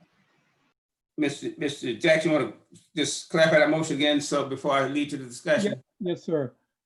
I have said it since our first budget meeting, and so I tried to refrain from saying it again tonight for probably the fourth or fifth time. And so I appreciate my colleagues' willingness to at least listen. I think that since we cannot do a continuing resolution as we were told, which in my opinion would have been the most appropriate thing, and since we do not know what revenues are going to look like, and since it appears as if we're making approvals with the expectation of funds that we don't know whether we will get or not, it only makes sense to me that we should not be funding projects and programs at any level beyond the existing level until we have a better idea of our financial stability. That's the basis for my motion of approving budgets at the current level of funding for the current year from all of these forward, with the exception of special revenue. That's it, Chair. Thank you. That's clear, yes. Um, In further discussion on that motion? Mr. Chair? Ms. Teresa, is that you? Yes, I would support that motion. I wonder if Mr. Jackson might accept a friendly amendment. I can't help but look at the council H-tax discretionary and really question that line item at this point in this year. I would like to see that number reduced in some way that would be more reflective of our current reality. Mr. Razor, I'll accept a friendly amendment to my motion and then thereby request that we reduce that amount by 50%. Thank you, Mr. Jackson. Who was the second of that motion? Livingston? Mr. Walker. Mr. Walker, okay. That's moved properly second, but I need to know whether or not the maker and the second of the motion accept the. I'm the maker of the motion. I accepted it, Mr. Chair. And Mr. Walker? I do as well. Okay, thank you. Mr. Chair. Further discussion? Mr. Chair. Ms. Newton, you recognize. Thank you. I have a question first, I guess, for the maker of the motion, and then perhaps a follow-up question for Mr. Hayes. I completely agree with the spirit of the motion, which is not making large financial decisions for which we might not have the revenue. My question is, if you say, or if we say rather, that we're going to keep it at the current level, but we're anticipating that the funds that come in will actually be lower than where we are at the current level, I guess, do we position ourselves equally for running into a difficult situation? I don't know if my question makes sense, or perhaps I should ask Mr. Hayes my follow-up question, which is, you know, from a numbers perspective, what would that mean if we kept it at the current level? But does that make sense, my question, Mr. Jackson, to you? It makes sense. I was simply responding to a motion that had been made and seconded that was about to approve them at the new level. And so in order to say, be more fiscally responsible, I was recommending that we not approve at the new level that's being requested, but at the current fiscal year's level. Which certainly, if we approved it at the new level that was on the floor before my motion, it would be even greater than that, with the same level of instability that you're talking about, Ms. Newton. And I'm simply trying to avoid us digging ourselves into an even deeper hole with my motion. Thank you. And Mr. Chair, if I still have the floor, Mr. Hayes, as I am drowning in a sea of different papers and amendments, et cetera, can you point me in my budget book or tell me the numbers of what it would mean, what the current level is, what it would mean to do Mr. Jackson's motion? So what keeping it at the current year would mean versus whatever the new level is? Well, let me, Chair, may I be recognized? Yes, please. That if you look on page 60 of the book, we did not, the same amount of recommended, well, approved for FY20, it's the same amount recommended for FY21. So we did not alter any amounts. Matter of fact, the committee recommendations are still 500,000. The amounts of recommended for each group is the same amount. So keeping it at the funding level is what the recommendation actually is. And you can see it on page 60. As you recall, when you council, as I mentioned, council approved the budget, the funding level still remains the same, 10,015,237. The only thing you all were doing were approving the actual allocations for the groups, but the funding amounts were not increased at all. In terms of concerns about revenue, which is certainly a legitimate concern, we did not reduce the amount of money for the HTAX committee recommendation because even with a possible dip in revenue, because HTAX currently enjoys a strong fund balance, we were confident any reduction in revenue could be offset by the HTAX fund balance. Mr. Chair, I know a lot of people have their hand up, but since I began the comment, could I respond and follow up? Yes, go ahead. I guess that in and of itself is what bothers me greatly. And this is no disrespect to Mr. Hayes, whom I have a tremendous amount of respect for, but that we would even be considering in this pandemic climate we're in, that we would use a fund balance for anything other than an emergency.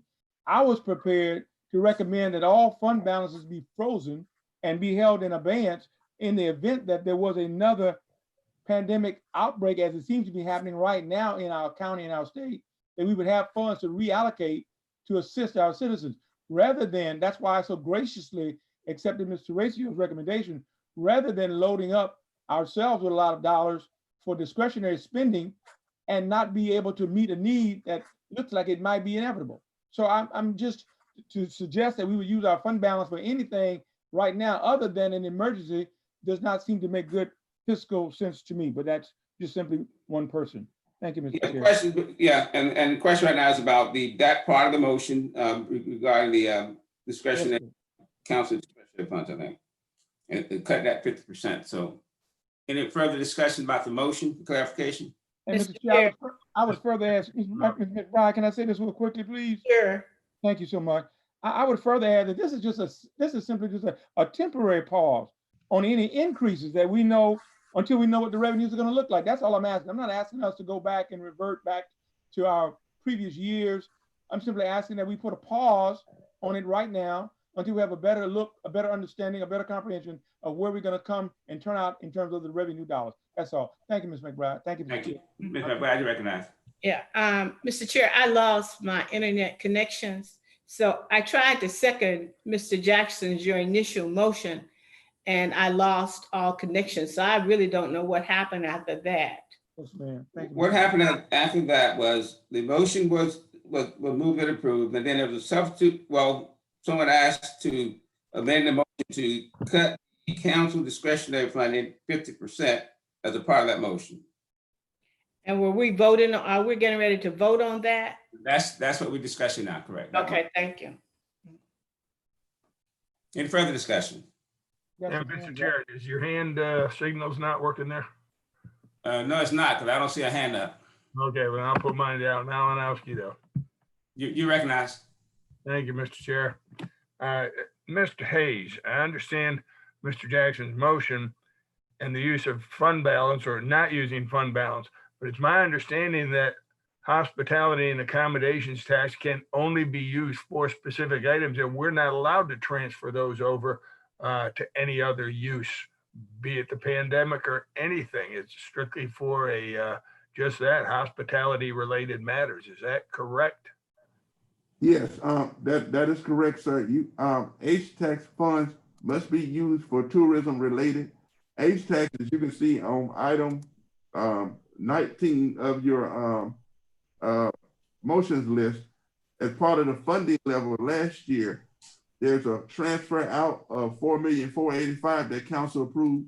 $3 million of that was to support the general fund, and that is to support the public safety related expenditures associated with tourism. And then there's the $1,485,000 that's transferred to a debt service fund to repay refunding HTAX bond. Yeah, those items were approved in FY21 as part of the funding level, total funding level for HTAX of 10,015,237. But those are the two transfers out from HTAX fund to the fund. One to the general fund in support of public safety expenditures associated with tourism, like to the Richland County Sheriff Department and the EMS support of tourism related activity. And then $1,485,000 that's used to pay for a refunding bond. Want a clarification, Mr. Chair? Yes, sir. I want to clarify, my motion was not to use fund balance to support anything. I simply responded to what Mr. Hayes had mentioned.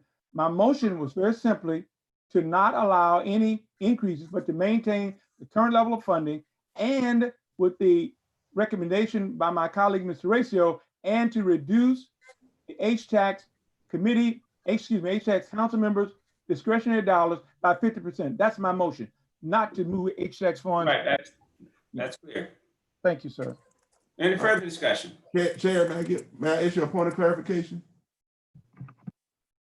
Yes, sir. I want to say no, but go ahead. Just for give Councilman Jackson and the other members of council some clarification. On page 94 of your budget book, you will see the funding breakdown that we projected for HTAX. And again, keep in mind these are projections and certainly could change because of the pandemic situation, but the revenue projection remained the same of 7.4 million, and there's 2.6 million that's currently reserved for use of fund balance for the total funding level of 10,015,000. What we were saying that is that if the 7.4 it was not realized because of pandemic issues, the 2.6 number could sustain an increase of sorts because it was a pretty strong fund balance. That's what we were saying. And again, Mr. Chair, for clarification further, I am recommending that we not even have that on the table for consideration. That if we recognize anticipating a 7.5 million, whatever number, I can't find that page in my book right now, that we let that be the total and not even have the door open for having to subsidize the amount. That's part of what the motion I'm trying to get past here this afternoon. Any further discussion? Mr. Chairman, it's Jim Manning. Ms. Manning? And again, I apologize. On my screen, my hand is up. So two things. One is, have we clarified, as we've done in the past, about rollover money for the agencies and the council members and their funding that did not get used? Will they roll over again this year? Did we resolve that at first or second reading?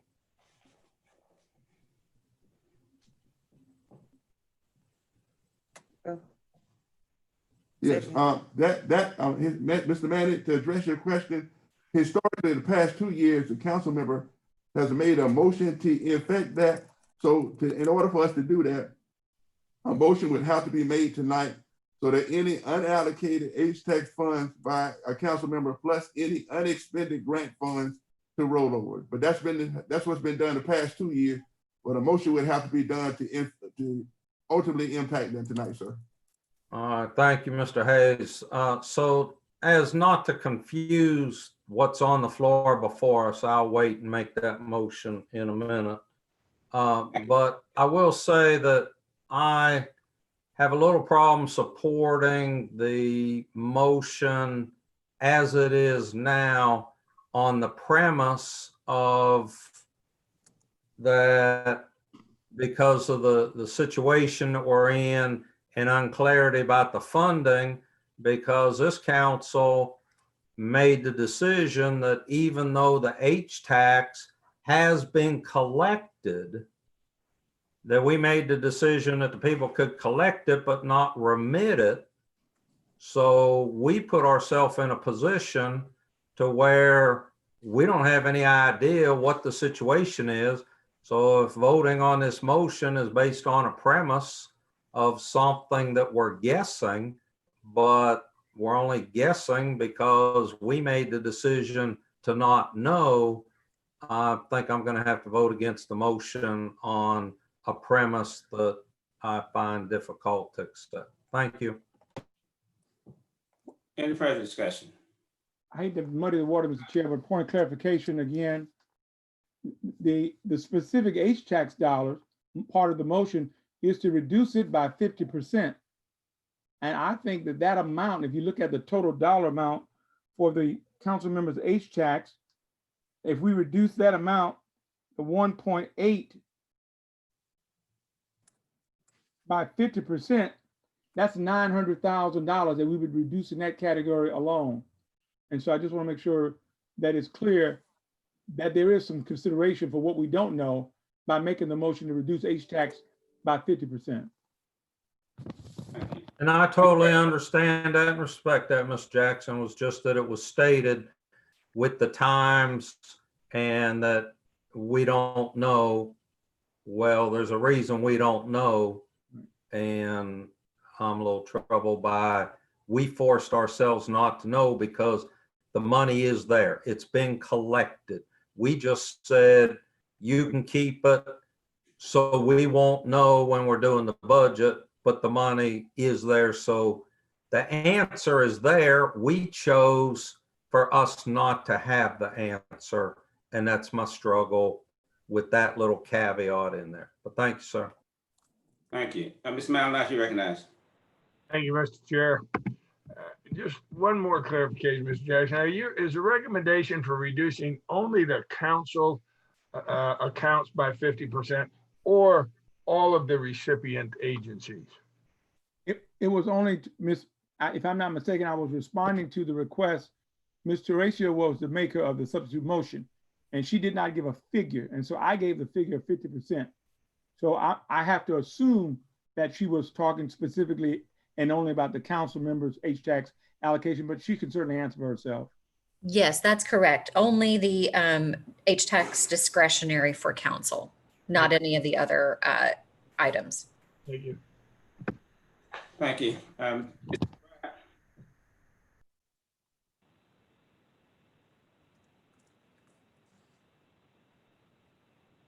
Ms. McBride, did you want to be recognized? Would it be clear? It would be clear for me to divide the question. Let's address. We got to figure it out now. Well, I would prefer to divide and address Mr. Jackson's initial motion and then Ms. Teresia's motion. I'll second that if that's a motion, Ms. McBride. Thank you. The motion was to divide the question, and that is to pull out the council discretionary account. Any further discussion? I'll still want that motion repeated.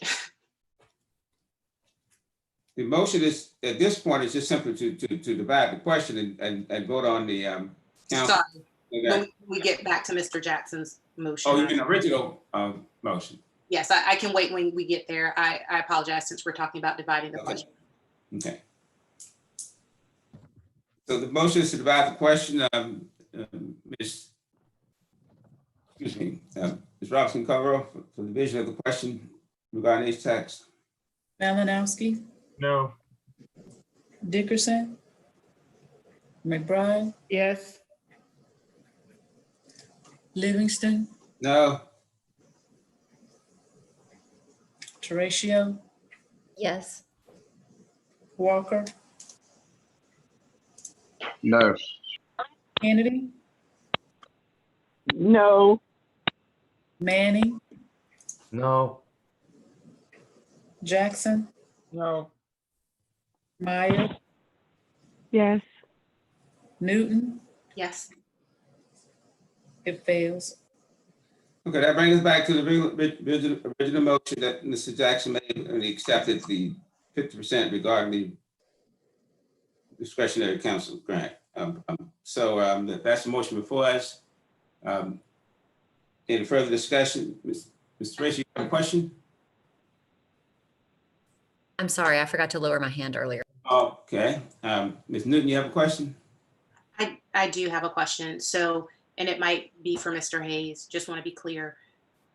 If we vote yes on this motion, can you tell me what that does to our lump sum appropriations?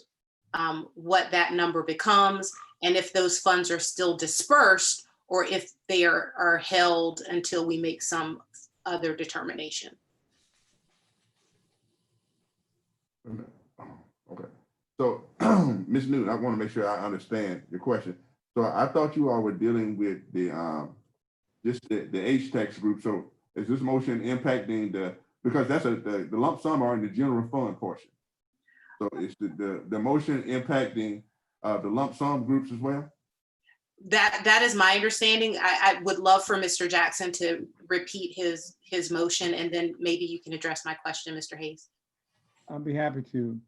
My motion was to approve a budget, since Mr. Farr said we had to approve a budget for the next year, to approve a budget for all remaining categories tonight at the current fiscal year's approved funding level, with the exception of the special revenue fund. And as a part of that, to reduce the council's discretionary H-tax dollars by 50%. That's my motion. Thank you. So to answer your question, Ms. Newton, since the lump sum appropriations are in the general fund, council were to keep those at the currently approved amount. That amount is actually more than the recommended amount with the 10% reduction. But again, those are in the general fund as opposed to the H-tax fund, which is a special revenue fund. So then, since we are addressing the general fund in September, are you saying that we would make those final determinations then? And so that for tonight, it really doesn't matter?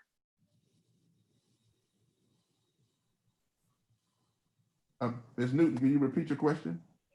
So what Mr. Jackson's motion includes lump sum appropriations. And when I asked what that would mean for the budget, you said that those funds were included as part of the general fund. And so then my subsequent question to you is, my understanding is that we are addressing the general fund in September. So that by approving this tonight, because I don't want to approve an increase in the lump sum appropriations, I'd love to see a decrease. But if we're not addressing that until September, I'm fine to defer that conversation. And so I'm just confirming with you that that's the case, since the lump sum appropriations are part of the general fund, that's a conversation we're revisiting later. May I be recognized? Yes. Yeah, well, Ms. Newton, to answer your question, we put the lump sum before council tonight because normally, as I mentioned before, those groups receive their budget amounts approved in July. If council desires to hold that back as part of the general fund discussion, the groups will not be notified of their awards until October. But yes, whatever the will of the council is, ma'am. Okay. Well, thank you. And that was part of your motion, Mr. Jackson, to also hold it, correct? That's correct, with the understanding that on paper, it says it's greater than they're requesting, but that still is going to be decided in the fall. Thank you, sir. And let me just a quick clarification. I remember now, staff recommended the lump sum, but they represented a 10% increase in the lump sums. Is that correct? Yes, sir. That's what you're seeing. So the recommendation from staff are number 28. Yes, sir. Is to improve it, but improve it at a 10% rate lower than what's currently being provided. Right. Reduction. Just want to make that point clear. So it's not more, it's going to be less if you approve it. Matt, and then Malinowski. Thank you, Mr. Chair. Just a point of clarification. Mr. Jackson's motion's a substitute motion. Thank you. Yes, that's right. Mr. Malinowski. Thank you, Mr. Chair. Then this motion is basically throwing out the administrator's recommendation for the lower amounts and keeping it the same as last year's amounts. Is that correct? Well, only with the lump sums now, because the other amounts were the same. The lump sums are the only ones I have. The administrator recommended 10% reduction now. Right, but we're throwing that out and putting it back at what it was last year, correct? On this motion. Yeah, the motion will be at last year's rate, yes. Thank you. But we're actually would be holding it until we have the general fund conversation. So it appears more on paper, but in reality, those funds wouldn't be dispersed. And when we had our real numbers, we would be able to adjust them, correct? That's my understanding, Mr. Chair. Mine too. Who that would have been recognized to answer that question? Mr. Brown. Mr. Brown, because I thought you'd have to read and move on to appropriate funds. Go ahead, Mr. Brown. Yes, sir, Mr. Chair. So my understanding is that the conversation that we're having now, the council has the ability at a later date, as legal has also said, to amend its decisions at any point in time. So the actions that you're taking now, you would be able to come back with more data, more actual numbers at the end of the fiscal year and make a decision looking at data that you have received at the start of the next year and the end of this year and make a more sound decision using fiscal data that you don't have right now. So I understand that if you make the motion, you would in essence be putting everything on hold. And my recommendation could still be to make a future reduction, and you would have the ability to address that later on this year, later on next fiscal year. Thank you, Mr. Chair. Any further discussion? So, Mr. Walker. Thank you, Mr. Chair. So my question is for Administrator Brown. So the way you just framed your statement, I just want to be very clear. It sounds to me, and I don't want to put word, well, let me ask it a different way. Are you in favor or would you support this motion as presented by Councilman Jackson? I would support the motion as presented by Councilman Jackson. Yes, sir. Thank you. Any further discussion for clarification, anything else? If not, I'll ask Ms. Ross Caldwell. Malinowski, No. Dickerson, Yes. McBride, Yes. Livingston, Yes. Teratio, Yes. Walker, Yes. Kennedy, No. Kennedy, Yes. Manning, No. Jackson, Yes. Myers, Yes. Newton. Yes. It passes. Thank you. Mr. Hayes, is that complete? Mr. Chairman. Let me ask Mr. Hayes a real quick question about where we are. Mr. Chair, I would like to get a point of clarification if I could. So with, and I'm specifically talking about the committee recommendations for items number 11, item number 20, which is conservation, 20 and 21, and neighborhood. So with the motion being to keep the funding level at the same amount as the current year, I'm presupposing that would not account for the groups being different. In other words, because yes, the funding, I can't speak for conservation and neighborhood, direct avoidance is online, but the funding level for the HTAC committee remains 500,000, but the groups are different. So I want to get a point of clarification that the funding level is what will remain the same, but we are funding the exact same group. But it's not over the $500,000, correct? The groups doesn't come to more than 500,000, correct? I'm talking about the HTAC committee. I'm talking about the committee recommendation, sir. Oh, okay. The ordinance agency and the special promotions, all of those don't ever change. I was specifically talking about item number 11, which has the HTAC committee recommendations, which again, that funding amount did not change. It's going to be the same amount, but the groups that were approved in FY21, recommended, I should say, will be probably a little different than FY20. So I guess I wanted to clarify. Well, I thought we was proving those groups that was presented. I'm sorry, sir. we were approving the groups that's recommended this year. Right, and again, that's why I wanted to clarify, because I know we were keeping the funding level the same. I just wanted to make, it was not meaning that the groups would have to be the same. Right. No, it's groups recommended this year. Okay, just wanted to make sure, sir. Thank you. Mr. Chairman, Jim Manning. Mr. Manning. I move that, as we've done in the past 2 years, that unexpended H-tax money allocated for FY20 be rolled into FY21. Second. You heard the motion, the second? Second. Moving properly second.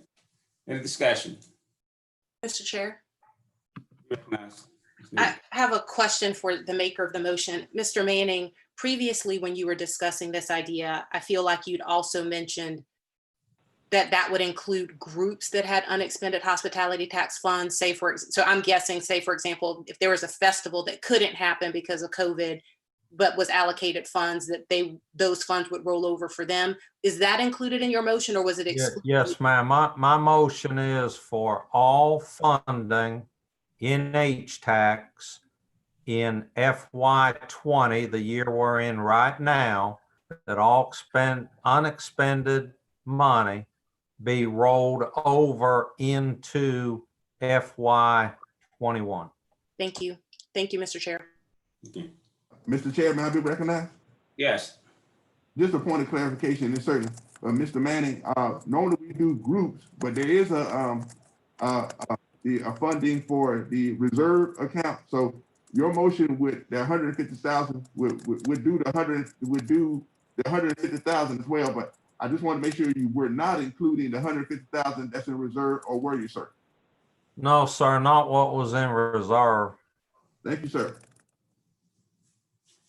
Thank you. Any further question, clarification? If not, it's been moved and properly second. I'm gonna ask Ms. Roberts to call the roll. Malinowski, Yes. Dickerson, Yes. McBride, Yes. Livingston, Yes. Horatio, Yes. Walker, No. Kennedy, Yes. Manning, Yes. Jackson, No. Myers, Yes. Newton, Yes. Ms. Newton. Yes. Thank you. It passes. Thank you. Mr. Hayes, anything else coming for us tonight, reference to the budget? Oh, yes, sir. But I forgot we had to do transportation or something else, so yeah. Yeah. There actually are several more items to be taken care of, sir. Yes, go ahead. But specifically as it relates to the grant, I did want there was a rollover issue with conservation. Director Voigtner is on the line to address that. Okay. Ms. Boyd, Ms. Fraser, you have a question before this? Thank you, Mr. Chair. So when we were talking about H-tax grants, that also reminded me that there are some other grants, maybe through the Conservation Commission or That's other. what we're about to look at now, some of those other grants, yes. So we're about to do that now? Yes. Okay, fantastic. Thank you. Mr. Boyd, go ahead. Good evening, Mr. Chair. Can you hear me? Yes. Okay. It was difficult for me to follow the conversation. I'm not sure what the question was related to the rollover. If there was a rollover. I think that one's been answered, yes. Okay. Okay, well, these next two items are the community conservation grants and the historic preservation grants. What County Council allocates annually in the $500,000 Special Revenue Conservation Commission Fund, approximately $250,000 for community conservation and historic preservation grants. The grant award request for community conservation consists of 4 agencies totaling $42,439. And the award request for historic preservation grants consists of 8 agencies totaling $207,561. Mr. Chair. Mr. Chair. I apologize for interrupting. Mr. Voynier, would you direct me to a specific page so that I can follow along better, please? I believe the page numbers on what I have are 73 through 75. Thank you.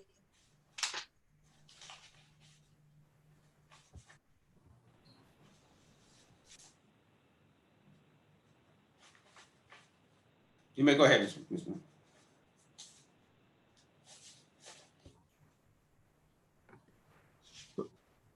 Was there a specific question? No, I'm saying you may go ahead. She asked for the page number. You may go ahead. Okay. I didn't have anything further on these 2 particular items, unless if there are questions from council about them. Any discussion? And you may. Mr. Chair, You recognize Mr. Ray. would there have been any FY 2020 grants that would be appropriate or that would be in need of being rolled over into FY 2021? Yes, I believe that was, I'm sorry, Mr. Chair, go ahead. No, you go ahead. Yes, I believe there were 4 grants that needed to be rolled over. Okay, and do you need a motion in order to do that? Yes. Excuse me, could I be recognized? Hold on a minute. So clarify something for what purpose? I just wanted to make a little clarification that it was. Okay, go ahead. Recognize yourself first. I know who you are, but go ahead. I'm sorry, it's Quentin Epps. Just a little clarification. It was 6 grants at a total of $26,824 that needed to be rolled over. Okay. Thank you for that information. Mr. Ratio, you should have the floor. Thank you. Would a motion be appropriate at this point, or should we wait until the end of? Motion would be fine. Okay. Mr. Chair, I've moved to roll over the 6 grants in the amount mentioned by Mr. Epps from FY 2020 to FY 2021 as those funds were not able to be spent likely due to coronavirus. Second. You heard the motion, moving properly second. Any discussion reference to motion? Mr. Chair. Let me just make sure. Mr. Jackson, do you have your hands up? You have questions reference to this motion? Or was it something else? You may go ahead. Sorry, this is reference to the motion. Go ahead, Mr. Jackson. I thought that my motion that I made that passed a little while ago was a motion to cover all of the budget requests beyond and excluding the special revenue funds category to be approved at the current year level of funding. So I'm not sure what we're now discussing in regards to rollover dollars based upon that motion that passed. Yeah, what he said. Well, because rollover dollars, remember, we had a separate motion on rollover dollars before too. Remember, even with your motion, we had a separate motion on rollover dollars when we were talking about council discretion and so forth. So this is not so much current budget monies. This is more the rollover dollars. So I'm treating this separate because we treated it separate before. Point of clarification. Was this a staff recommendation to roll this over? This was a request made by the Conservation Commission. Was it in our budget document as such? It was a separate document that was provided to council by the Conservation Commission. Okay, then yeah, I guess it takes a second motion. Okay. Okay. Okay, and it's been moved and properly seconded. Any discussion reference this motion to roll over conservation? Mr. Chair. Ms. Newton, you recognize. Yes, thank you. My hand is raised. Ms. Teresa addressed this briefly, but I just want to make sure that I'm clear. So I know that I had received some outreach from organizations that were in the middle of working on programs that had to be paused because of COVID-19 and they weren't able to continue their work. Just want to make sure that approving this motion is what effectively allows them to continue that work that we'd already approved once things settle down with COVID. Is that correct? I think that's the intent. Yes, that's correct. Thank you. Thank you. Ms. Malinowski? Thank you, Mr. Chair. I'm not sure now that I understand what the one motion was earlier. I thought Mr. Jackson's motion was for everything. And I thought the word except special revenue was put in there. It was, sir. Okay, thank you. Mr. Chair, I thought the same. Mr. Jackson, with your motion, yeah, we did pull out. Special revenue. Yeah, but we voted separately on the rollover part. My motion came after that, Mr. Chair. Right. What I'm saying though, but did we not make a separate motion the last time when we talked about rolling over hospitality funding? My motion came after that. Right, but I'm saying, but that was a separate motion. That's what I'm saying. Right. To Ms. Malinowski. And what you're saying is your motion came after that, and so it incorporated what we're covering now. That's correct. That's what I'm saying. I agree, Mr. Chair.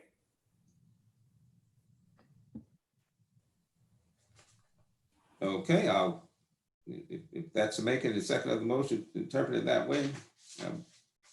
No matter having objections, I'm fine with that. So what that would mean then is, I'm not sure what else is before us then. All right. With the exception that, is there,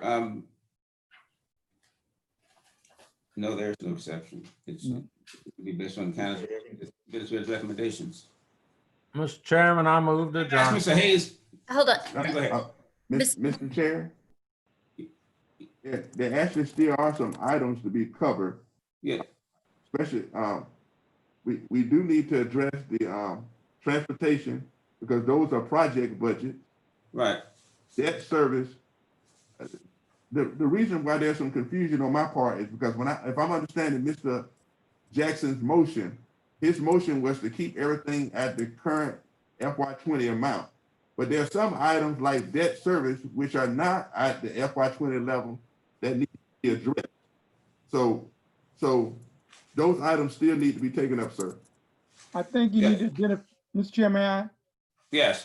Mr. Hayes, and I think you need to identify specifically which ones those are, rather than Okay. waiting until we get to them and say that we need to address them. That's what I'm about to ask him too, Mr. Jackson. Okay. Tell us in specific what's not covered in that motion that we need to cover. Okay, so for example, what the item number 23 with council, these are county grants, not funds that are given out by the county, but funds coming into the county. So we need official either acceptance or deny. In order for the county to accept these grants, we need the council to take some type of action on it. And those grants are in your revised copy found on pages 86 through 92, the FY21 new grants. So council needs to take some, let me say, I shouldn't say neither. Many of those grants have a start date in October. So some of them could be pushed back until September, but we did highlight for council on your highlighted list on pages 86 to 92, the grants that do start in July. So in order for the county to receive those funds, council would have to take action on those grants. So in reference to the conversation regarding the grants, we're talking about those, we're talking about item 23 now. Mr. Chair. Chair, entertain a motion. So move. Second. It's moving properly second to accept the recommendation regarding the grants. Discussion. Mr. Chair. Two grants, correct? Oh, thank you. So first, Mr. Hayes, you said that these grants begin on page 86. Is that correct? Yes, sir. In your revised copy, page 86 to 92, I'm going in now. And we had them highlighted yellow for council's benefit, the ones that start in July. Thank you. And so the motion was to approve the recommended grants. My question is, while I'm delighted for us to receive these funds, I want to make sure that we are not on the hook for future years of the grants, where many of these items say that they would make a future request to the county. And so I guess I just wanted to clarify, my recollection from the previous budget is that when we have approved these grant requests, that our only approval was to make the match for 1 year. So is that the intent of this motion, that we're only agreeing to it for 1 year and not agreeing to take on the personnel cost in perpetuity? Now, some of them, and they are highlighted again, pages 86 through 92, it tells you if the grant requires a position pickup. And I'm looking at the ones that are highlighted that you would be doing in this motion, and all of them look to be highlighted no. And again, I'm specifically talking about grants that start in July, not talking about October, if you all want to hold those to later. But the ones that I'm looking at to start, that are highlighted to start in July, and the column with that grant requires position pickup, it looked like all of them are highlighted no, ma'am. Okay, well, I guess there's one on page 88, for example, from the Sheriff's Department, where it is highlighted no, that the grant requires position pickup, but under the financial impact to the county, once the grant is complete, it says we'll request county funds to continue if state funds become unavailable. So I guess, again, I just want to make sure that whatever the source is, that this motion is only approving the one-time cash match and not making a financial agreement. Right, it says, the note, right, you're right, it says we'll request county funds, but it's not required, if I'm reading that correctly. That's correct, yeah. Correct. I just wanted to have that on the record, that our commitment is for 1 year or one time. I have, Ms. Newton, you through? Yes, sir. I have Mr. Malinowski and then Ms. McBride. Thank you, Mr. Chair. And Ms. Newton pretty much asked exactly what my question was going to be. It's easy for them to say when the grants ended, we're going to request county funds to continue that position. I also agree that we need to be perfectly clear on that when grants are over at the end of that year or 6 months or whatever it was for, that they should not be coming to the county and asking for funding to continue the particular person or persons that were picked up because of the grant, especially now when we're trying to cut back because we don't even know where we're going. So any grants that require a pickup, I say we should not be approving, and any grants that would be requiring additional county funding at the end of that year, we should not be approving unless the requesting entity is willing to say, we won't request additional funding when the grant is over. Thank you. Mr. Chair. Yes, you're recognized this time. Right. We're not obligated. We're just obligating ourselves for this year. For the next year, we're not obligated to fund a position. That still has to come back before council. So there's no obligation for the future. We're talking about this year. Thank you. Mr. Chair, may I be recognized, please, sir? Yes, go ahead, some clarification, then Mr. Ratio, then Livingston. Thank you, Mr. Chair. Just briefly on this item, in the example that was used on page 88, it's a good example. My understanding that's body worn cameras. It is my understanding that there is a mandate issued by the state for that to be utilized by law enforcement. And if that is the case, while I understand certainly we don't want to approve things that require a pickup, but if the state's going to mandate the use anyway, and they're giving dollars right now in that particular situation, that's not something that you would be able to decline in terms of responsibility. So I'm not sure if the chief is on the line, but my understanding is body worn cameras are requirements, and that particular line item is a requirement. Thank you. Ms. Teresa, was you next? Thank you, Mr. Chair. Two things. One is a point of order. My motion to roll over the grants from the Conservation Commission was never voted on. So if we could go back to that. It was my understanding that that was a part of Mr. Included in Mr. Jackson's motion. So therefore, there's no need to take action on it. Okay, so the rollover part is taken care of. Yes. Okay, fantastic. The other item, or my other point is that I will be voting no on these grants simply because I see a lot of items here for things like the school resource officers and body armor and things like that. And at this point, I know that we are not expending. These are grants we're receiving, but I fundamentally have to disagree with a lot of these items in terms of just bringing more law enforcement into schools and things like that. I think that we could do a little bit better with bringing things like different kinds of resources into our schools. So I will be voting no on this. Malinowski. And then Livingston. Go ahead. Thank you, Mr. Chair. When it's time to vote on this item, I would like to, I don't know if this has to be part of the motion, but any grants that are approved will not include any grants that say, that are under the column, number of continuation positions on that grant. All those should not be considered at this point in time. So I would like to add that to the motion for approval of any grants.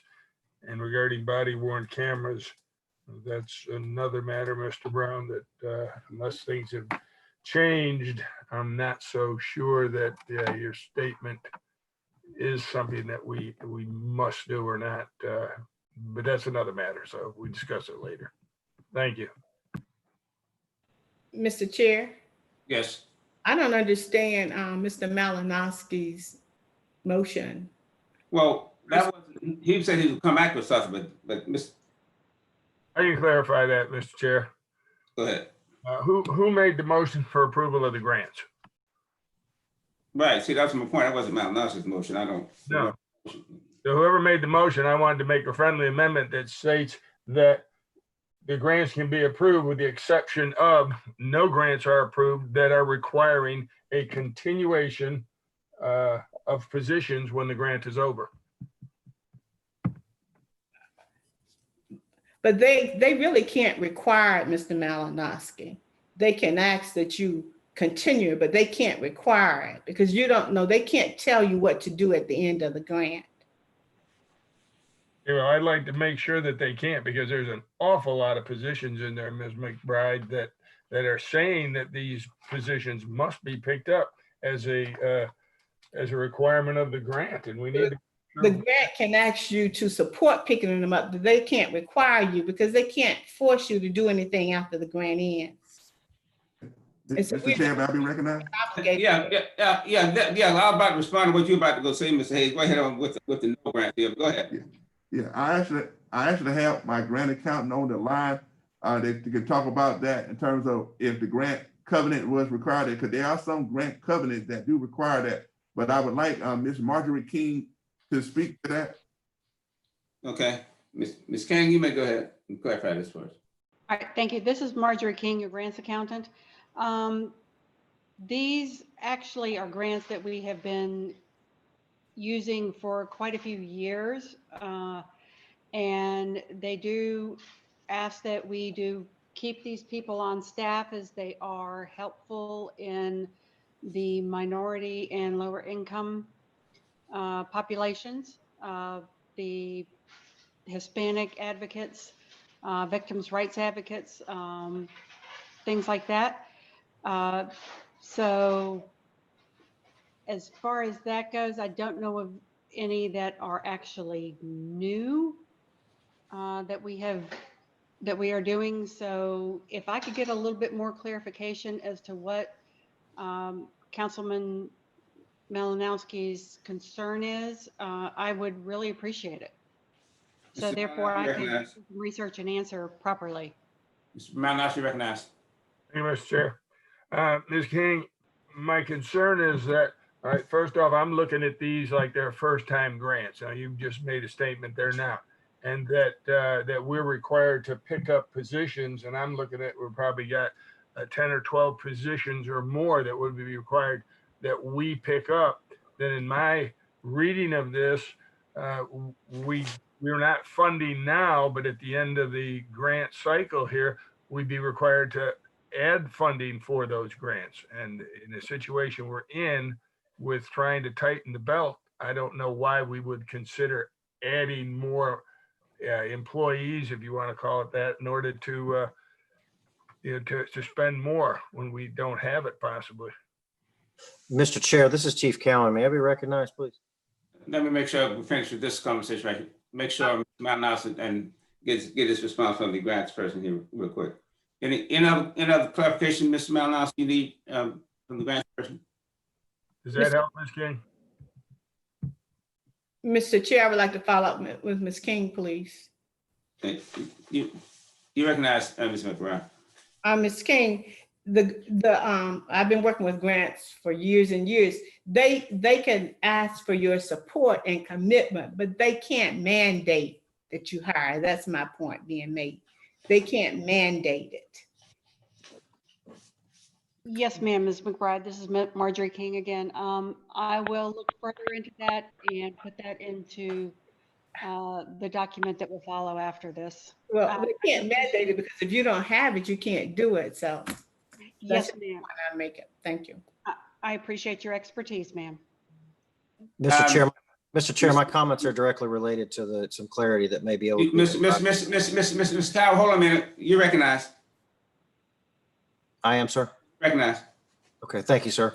In reference to the grants, most of the grants that you're talking about are actual continuation grants. There are things that, as she stated, that there are things that have been going on for several years that, again, we're asking that they be approved year to year.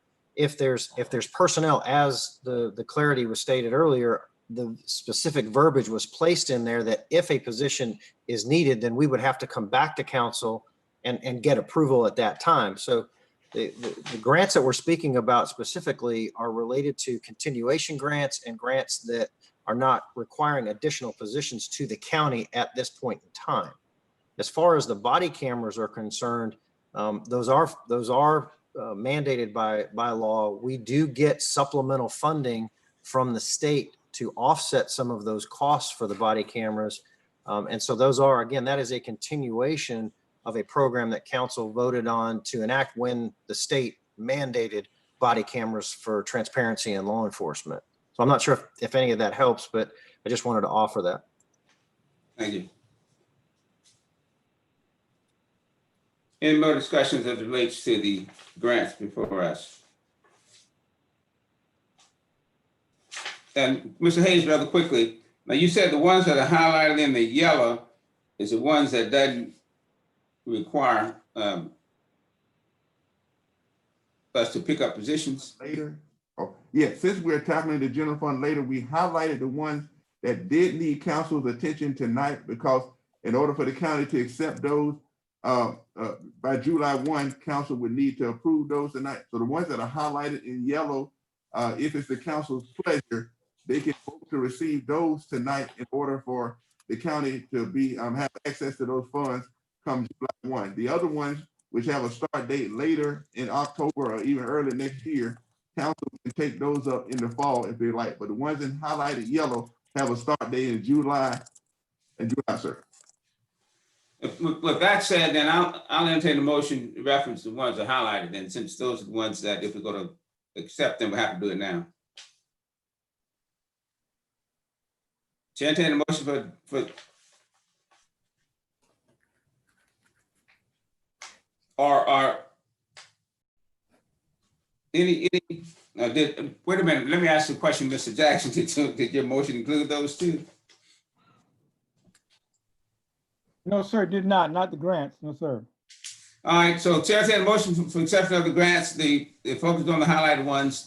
If we're going to adopt those, we need to do it now because of the timing of the grants. Mr. Chair, I move that we accept the motions for the grants listed in our budget book. Second. The motion was for acceptance of the grants in the budget book. That's highlighted. I didn't put highlight in it. Well, the grants. Thank you. Is there a second? Second. It's moving properly second. Discussion, further discussion. If not, I ask Ms. Roberts to call the roll for the motion regarding the grants. Malinowski, No. Wait, Mr. Chair, Somebody had a question? I apologize. I was trying to ask a question and didn't realize I was muted. We have to vote now. Is it too late? Okay, Go ahead, thank you you. recognize. So, Ms. McBride, your motion was to approve all of the grant requests, is that correct? Yes, the Or ones, only the, no, to approve the ones that are in the book, all the ones, because that won't, if we don't have time to come back, and these grants based on what's there are not requiring positions. Right. thank you. And then, Mr. Hayes, my question for you, obviously you don't have a crystal ball and understand which of these grants will be awarded and which of them won't. But as I'm reading the budget book, if all of these were approved, the cash match for those would exceed what we have budgeted in the line item by some amount here. And so my question would, were you about to address that? No, I'll let you finish. Sorry, ma'am. Okay, so is that correct? Yeah, well, right, and I know you're referring to page 91, in which the cash match is 1,017,000. As we mentioned before, Yes. The transportation fund would handle its portion. The general fund amount, and the airport funds, if it has the ability, those funds will be supported by the airport fund, but often those funds receive funds with the general fund. So the total amount impacted by the general fund, I think it was like 700. Well, let's see.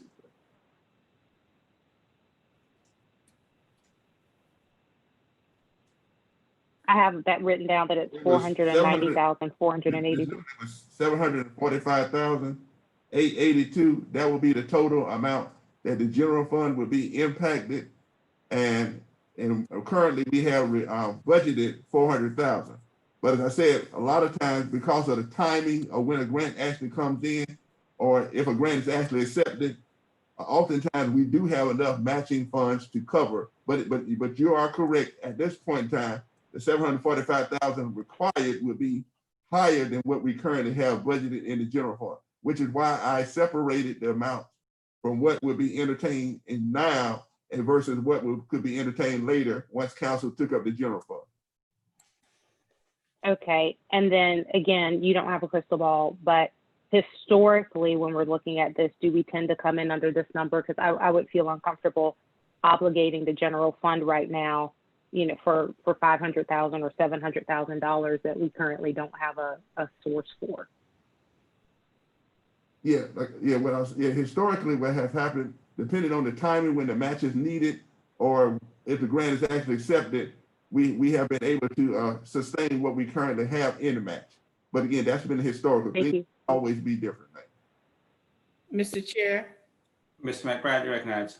Yeah, given that knowledge, because I was thinking that this was within our general funds. Thank you, Ms. Newton, was within our general fund through the recommendations of the budget. So with that given, can I change my motion, or is it too late? Can. I have to vote this down. Can you change it? You can withdraw your motion. It hasn't been voted on. Okay, and I would like to withdraw that motion and then do the highlighted areas where we are within the amount that we have allocated in the general funds. Okay, so the motion now is for the grants that are highlighted, and then we'll consider others later. Is that correct? Yes. Mhm. Is there a second to that? I'll second it. For any discussion, Mr. Malinowski. Hey, Mr. Chair. Mr. Hayes, you put some figures out there, 745 plus thousand and 400,000 budgeted. Where are they in the book? I don't see those on page 91. I'm sorry, Mr. Malinowski, is your question where the matching funds located? Well, you gave us figures of 745,882, and that what's budgeted was 400,000. Where are those two numbers in the book? Right, well, let me answer that. I'm gonna tell you how we got the 745. On page 91 of your adjusted revised budget book, that's the cash match page 1,603. I simply took out the matching portion for the transportation sidewalk, which would come from transportation fund, and that amount was 745,882. So if you take 1,017,603 and you take out the transportation funds match, okay, I got it. 721, that brings you to 745,882. So that's where that number comes from. Okay. You got 400,000 in the general fund. Excuse me. All right, he got it. Brian, you hands it up. You have another question? Oh, no, I'm sorry. If not, so the motion is for approval of those grants that are highlighted, so that, as Mr. McBride said, will at least keep within that budget for now. Any further discussion? If not, I'm asking Ms. Roberts, please call the roll. Malinowski, No. Dickerson, Yes. McBride, Yes. Livingston, Yes. Teratio, No. Teratio, Sorry, no. okay. Walker,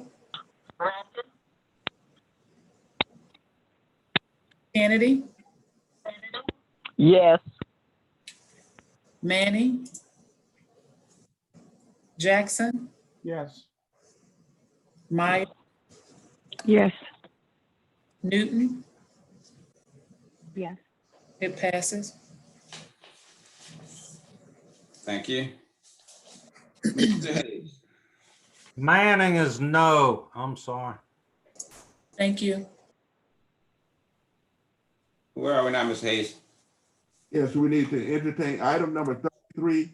Michael Niemeyer will address the project. You all have approved the project, excuse me, the transportation fund budget of 69 million for revenue, but according to your ordinance, you have to address the project budget. So Mr. Niemeyer should be on the line to address that with council. Thank you. Mr. Livingston, Now, before Ms. Niemeyer, who I have? Ms. Newton, Ms. Newton, go ahead. Mr. Hayes, could you repeat the page number one more time, please? The number that, yeah, we're on item number 33. Thank you. Ms. Niemeyer? Thank you, Chairman Livingston. This is Michael Niemeyer, Transportation Director. As you saw on your sheet, the anticipated revenues is $69 million. Specifically for the projects, we anticipate the rollover amount of $24,310,020. That'll tend to trend down since we've been making payments the last two. The rollover of the $78,384,670.67. And then the request for new money for next year, which is the $85,024,721.01. So the money we have currently on hand, plus the new revenue, will more than cover the requested amount.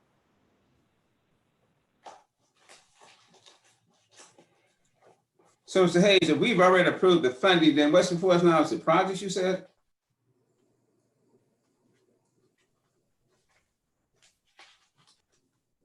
Give me some clarification here. I mean, go. Mr. Hayes? Yeah, Mr. Hayes. Can I be recognized, Mr. Livingston? Yes, go ahead. Yes, so that's what Director Hayes was speaking of. So on the supplemental information you were provided in several spreadsheets, it shows the 3 funds we have for the admin and operations, roadway improvements, and then greenways pedestrian improvements. So on this, it has the breakdown of all the projects with anticipated costs. If you look at the last page of the spreadsheet, the colors of the number coordinate with what's in the supplemental budget guide that I provided. And that, again, shows out all for personnel costs, the design right of way, construction that we're requesting by project.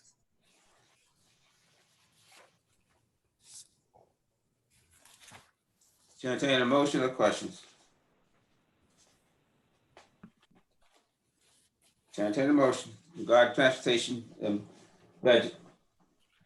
Question, Mr. Chair.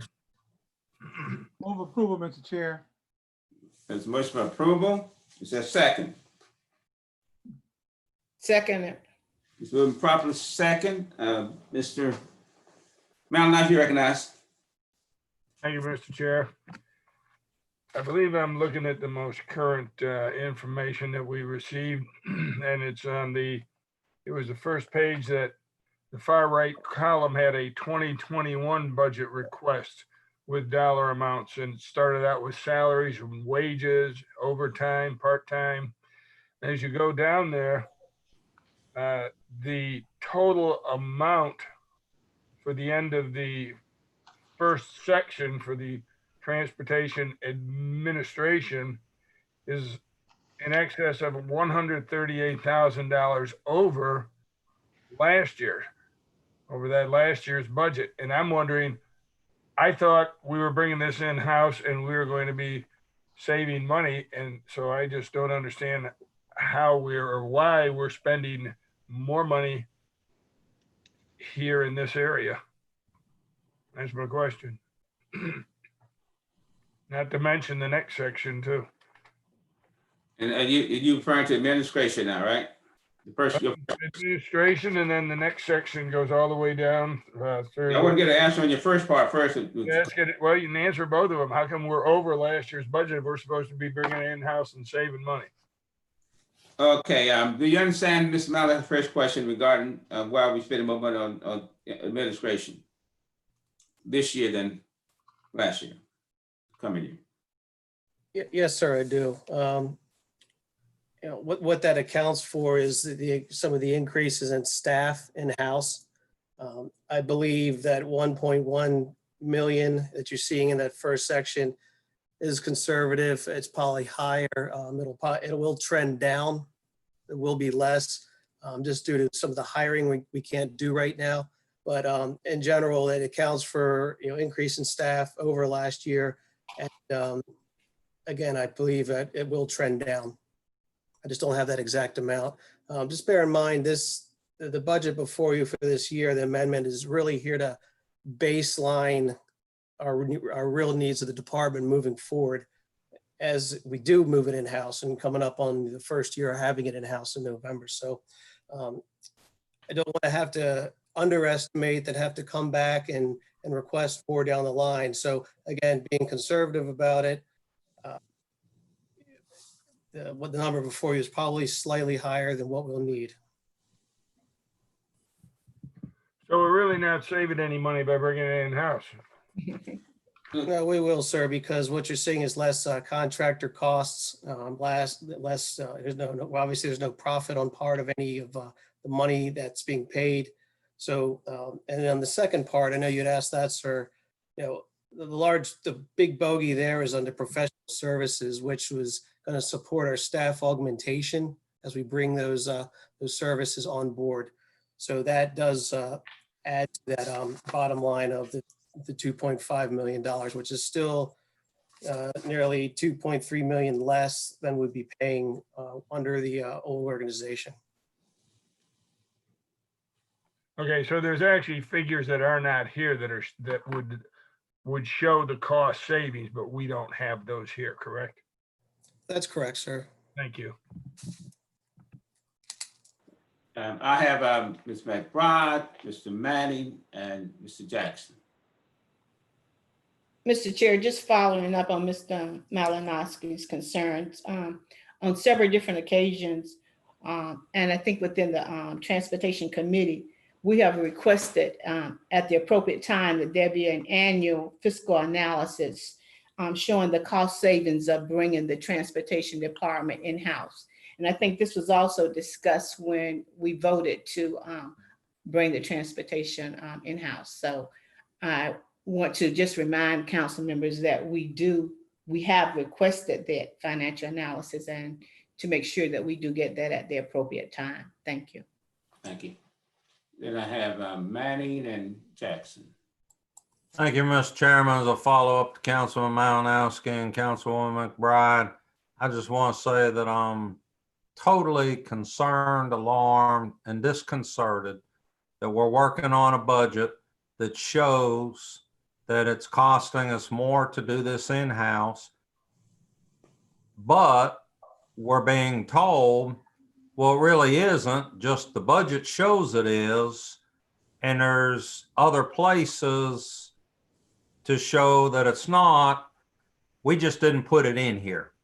Well, it just actually fascinates me that we would do a budget process and show to the public that we're hiding the cost savings, and the baseline, we're being conservative to show that it's costing us more. That just is nonsensical to me. And I'm sorry that that was the way we decided to approach this written budget process. Thanks, sir. I have Jackson and Livingston. Thank you, Mr. Chair.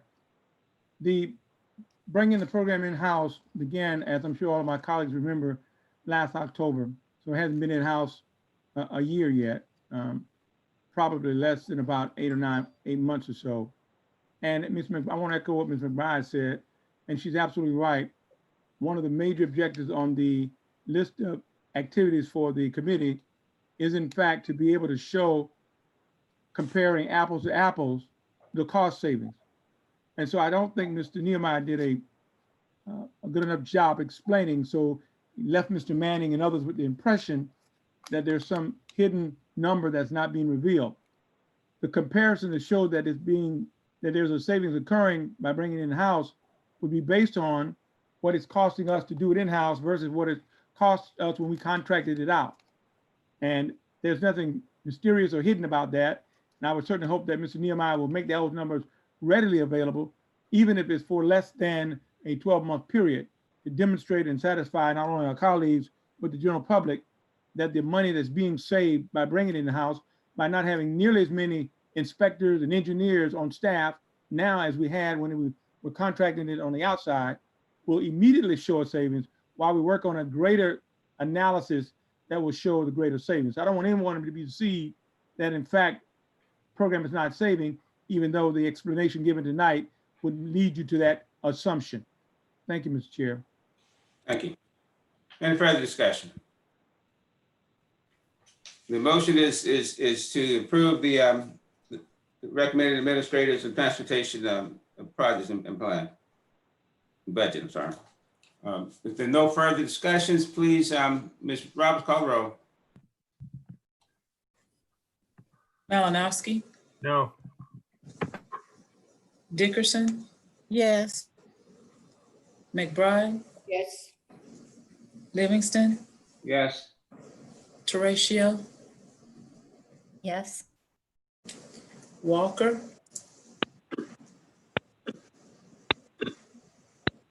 Kennedy, Yes. Manning, Because of Councilman Jackson's remarks, yes. Jackson, Yes. Myers, Yes. Newton, Yes. it passes.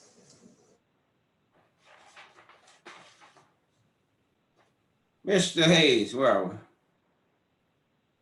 Okay, yeah, Chair Livingston, the next item is the item number 45, which is the, again, I know Mr. Jackson's motion was to keep everything at FY20 level, but it's actually going to reduce the funding for the sewer utilities, and not to speak for the county administrator, but I think there was some discussions about holding the utility rate the same amount as for the current year, at least until January, which is why we took those steps. So I think along with approving the budget, you all will have to approve the rates not changing, that was going to take effect in July to not take effect in January. I don't want to speak. So we do need a motion to reference those. Where is that on our agenda, on our list here? What number are you referring to? Give them the number, James. Mr. Chair, this is Brian, you recognize. item on your list is 45. I'm sorry, I can't hear that. Item 45. Item, you're not coming out real clear. Okay, am I clear now? Yeah. Okay. So What number was that? That's on the enterprise fund, item number 45. Okay. And so Mr. Hayes did speak about some things that we had a discussion about. And I did tell the staff, based on other council actions that we're taking related to COVID-19, that while council had already approved years ago a process of rate increases that were to take place effective July 1 of this year and next year, that given the circumstance we were currently facing, that we would not increase rates in the sewer line item, and that we would do that for an initial period of 60 days, with 90 days being the look back. We did look at a total of possible 6 months, but the recommendation at this point was based on a 90-day period. So I just wanted to clarify that Director Hayes did look at, along with Director Ham, which is finance, how long we could possibly sustain that hold or that freeze on the rate increase. So initially my recommendation is the 90 days, and then we can look at it to determine whether or not that's something we can continue to sustain. So long story short is, the reason why you need to address this tonight is because there's a budget implication, and as a result of that, it requires council action to make that whole. So those are my comments on that, Mr. Chair and members of council. Now, I'm just not clear on what the motion needs to be after all of that. I mean, we do have an amount, but the motion needs to speak more. Chairman, I'll be recognized? Yes, please. Yeah, because the budget in place currently for FY21 is 12.8 million. We're asking. I have 11 on my sheet. I have 11 on my sheet. No, right. Yeah, I'm getting to that, sir. That's right. Okay. You all approved it for FY21 last year for 12.8 million. We're asking that amount due to the revenue implications that the county administrator just talked about, plus some other issues. We're asking that adjusted total be brought down to 11.2 million, which is item number 45, 11,248,138. Okay, you heard the staff recommendation for item 45. Turn to the motion. So moved. It's been moved to second. Moving properly second. Any discussion? Yes. Item 45.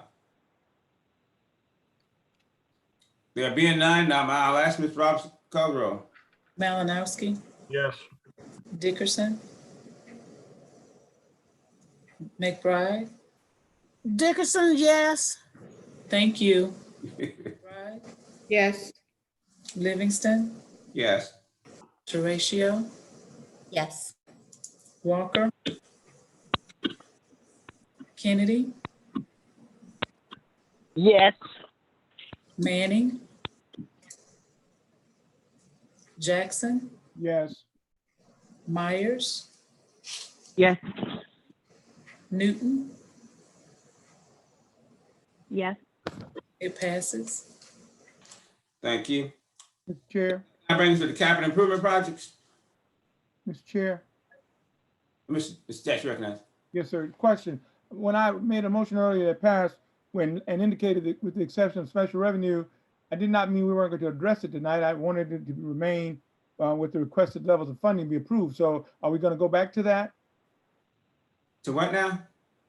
the special revenue funds, when I said the earlier motion to remain at the current level, with the exception of special revenue funds, it was for the purpose of. Oh, okay. So special revenue funds were not included in your motion. That's correct, sir. Okay. Yes, sir. So, Mr. Hayes, that means we do need to cover those. That wasn't included in that motion there. So can you speak to the special revenue funds real quick, Mr. Hayes? Right. You all handled the special revenue fund that needed to be included tonight, but there were some grants, special revenue funds that were included, the Conservation Commission grants and the neighborhood. So you did address the transportation. Right. So those items were, but the other items that were listed on the sheet for transportation, okay, they do not need to be addressed now. But you did address the what needed to be addressed with transportation. You talked about the conservation, neighborhood, and the transportation. Right. Okay, thank you. So where we're now, capital improvement? No, well, no, sir. Before we get to, there's items 35 through 44, the debt service. Debt service, okay, yes. Well, we got to pay that in. Which is found on page 121 of your original book, 121.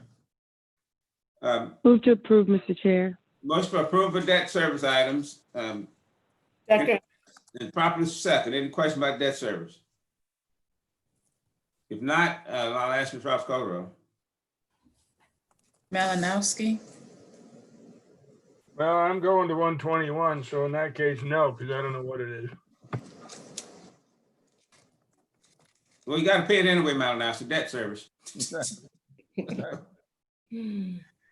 Dickerson, Oh, you mean we already owe these monies? Dickerson, yes. Yeah, it's debt service. Get out, shit, I ain't got all night for this. You make a contingent roll call, Ms. Robert. McBride, Yes. Livingston, Yes. Teratio, Yes. Walker, Kennedy, Yes. Manning, Yes. Jackson, Yes. Myers, Yes. Newton, Yes. passes. Ms. Roberts, put me down for a yes, please. Yes, sir. Thank you. Thank you. That brings us to, Chair Livingston? yes. I just want to get just a point of clarification, just so that when we get ready to input the numbers, just to address Councilman Jackson's question for the special revenue fund. So in his motion, when you all were requesting items remain the same, there were some special revenue items, the age tax, accommodation taxes, and conservation, all are special revenue funds, but I did want to clarify that there were some items that were addressed that are special revenue funds, the age tax, accommodation tax, conservation, and the neighborhood redevelopment. All of those were addressed, and they are special revenue funds. But so I did want to issue that point of clarification. Thank you. What about the SRO, Mr. Hayes? No, we did not touch that, sir. That would be with the general fund. Well, it's listed on my sheet under special revenue funds, on the SRO allocated funding to approve them. Yeah, I was distinguishing between those that were covered tonight: age tax, accommodation tax, transportation, conservation, and neighborhood redevelopment, versus those under special revenue that will be addressed with the general fund in the fall: victim assistance, fire service, and school resource officer. So I'm separating the two for a point of clarification. I hear what you're saying, but I guess I'm wondering why the SRO would not be approved tonight as a special revenue since it's listed there. I understand what you're saying, but it's listed on my sheet as item number 34. And I don't understand why we want to approve it tonight. It's not listed on the general fund. If it is, it should have been under there, but it's listed as number 34 under special revenue, and that's what I'm asking.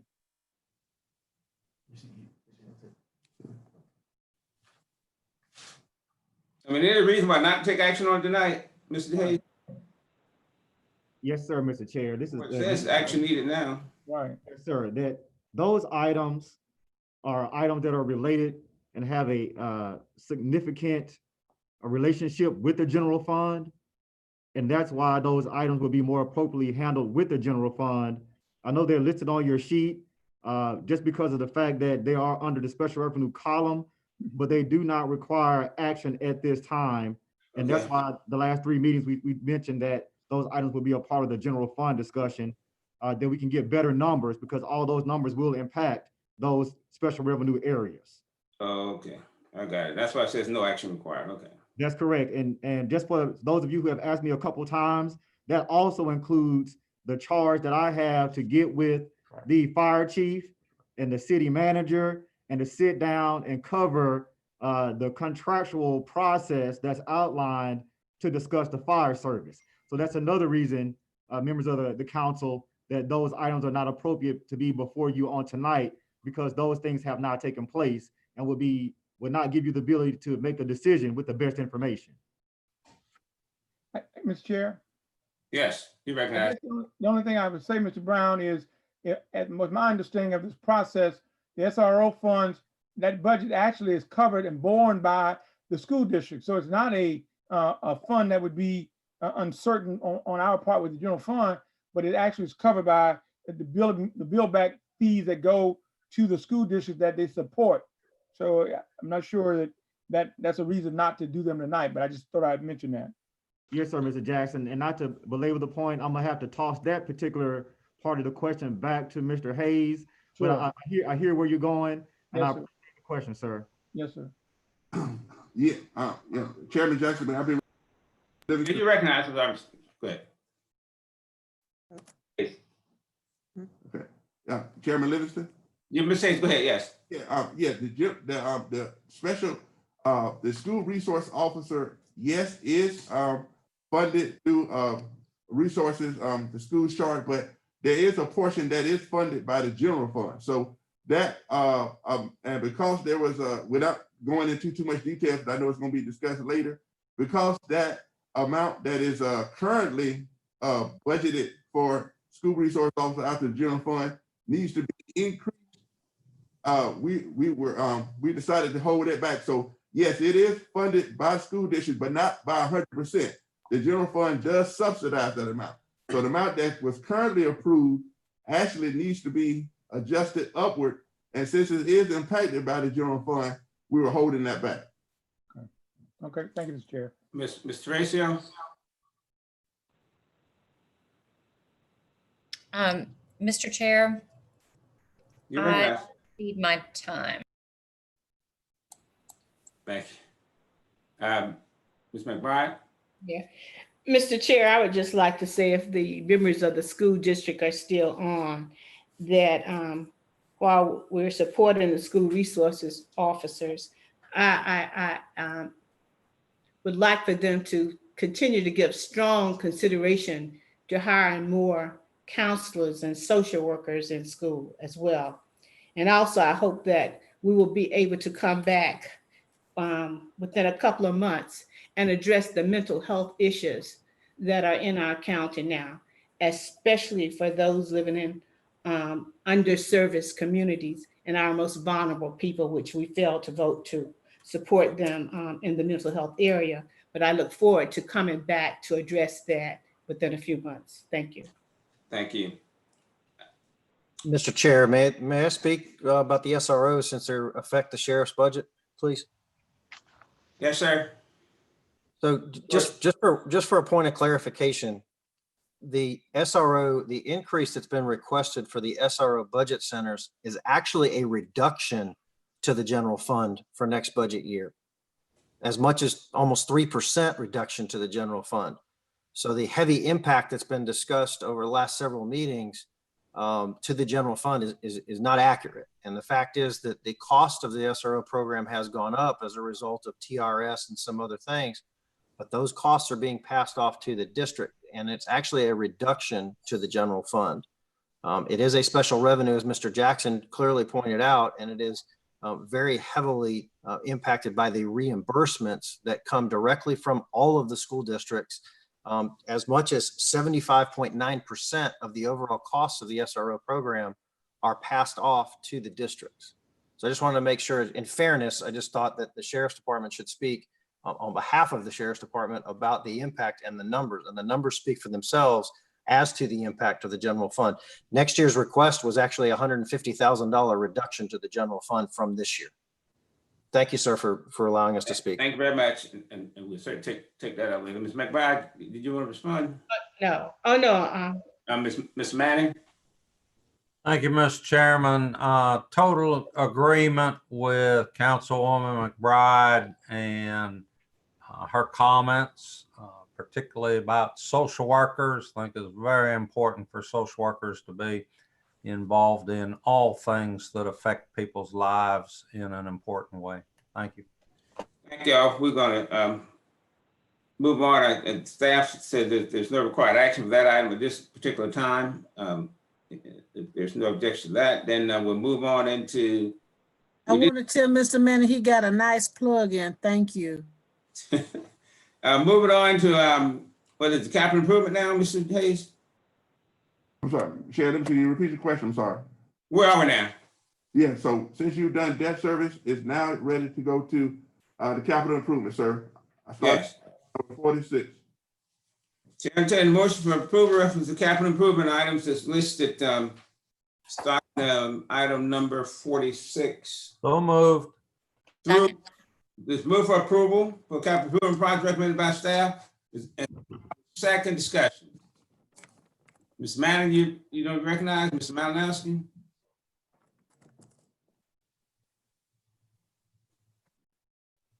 Ms. Malinowski, go ahead. Ms. Manning. Okay, thank you, Mr. Chair. I have a question. If Mr. Maloney's on somewhere here. Item number 54, replace a backhoe.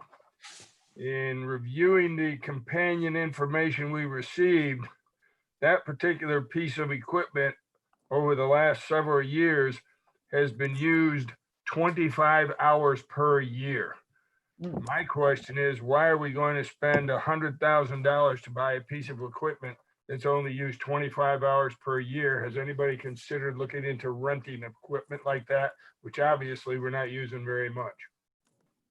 Is anyone on the line from staff can respond to that question? May I ask if Yes, Mr. sir. Malinowski could say what page that's on? It's on page, it's item number 54 of the motion. Which is on page. Yes, sir. This is Director Maloney, may be recognized. Yes, please. There has been a change in the item as far as replacing a backhoe with a backhoe to a backhoe with mini excavators. So that is changing. It's the same overall cost to mini excavators, but with the change in the landscape as far as what roads and drainage maintenance is doing, they're getting more efficient with the fact that we have more of a urban setting that we're doing our work around. So that is an item that smaller equipment and less impact on the residential properties and the surrounding roadways is changing. So we did recognize that, yes, the large backhoe did have few hours on it, and we changed our gears as far as what type of equipment is being purchased. So this is going to be used more than 25 hours. Yes, I would say the one mini excavator they have now is already well exceeded that in just a month. So. Okay, Mr. Maloney, is the we don't have the replacement piece then. We only have what's being replaced, correct? Yes, sir. So I'd like to see what is replacing all these items that you're talking about, because there could be other changes here too. I'd like to have that, please. Yes, sir. In response to your last session on this, I sent an email that has that item. I can send that out to all of council. All right, thank you. Thank you. Yes, sir. Any other question about the reference to motions regarding capital improvement projects? If not, I'll ask Ms. Roberts-Colgrove. Malinowski, No. Dickerson, Yes. McBride, Livingston, Yes. Teratio, Yes. Walker, Kennedy, Manning, Yes. Jackson, No. Myers, Newton, Yes.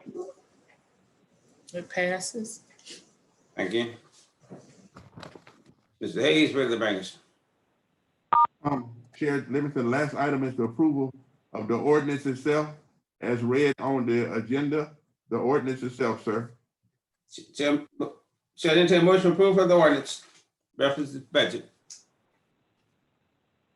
Can you read that? I don't have an agenda here. May I read it, sir? Yes, you may go ahead.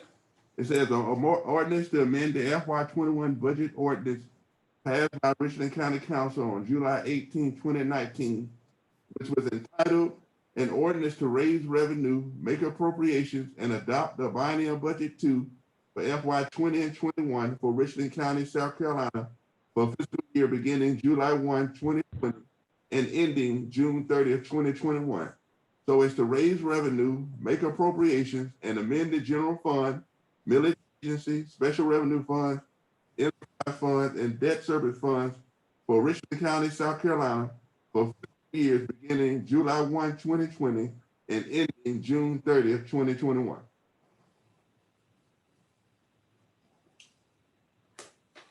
You heard that? Did I get a motion in second?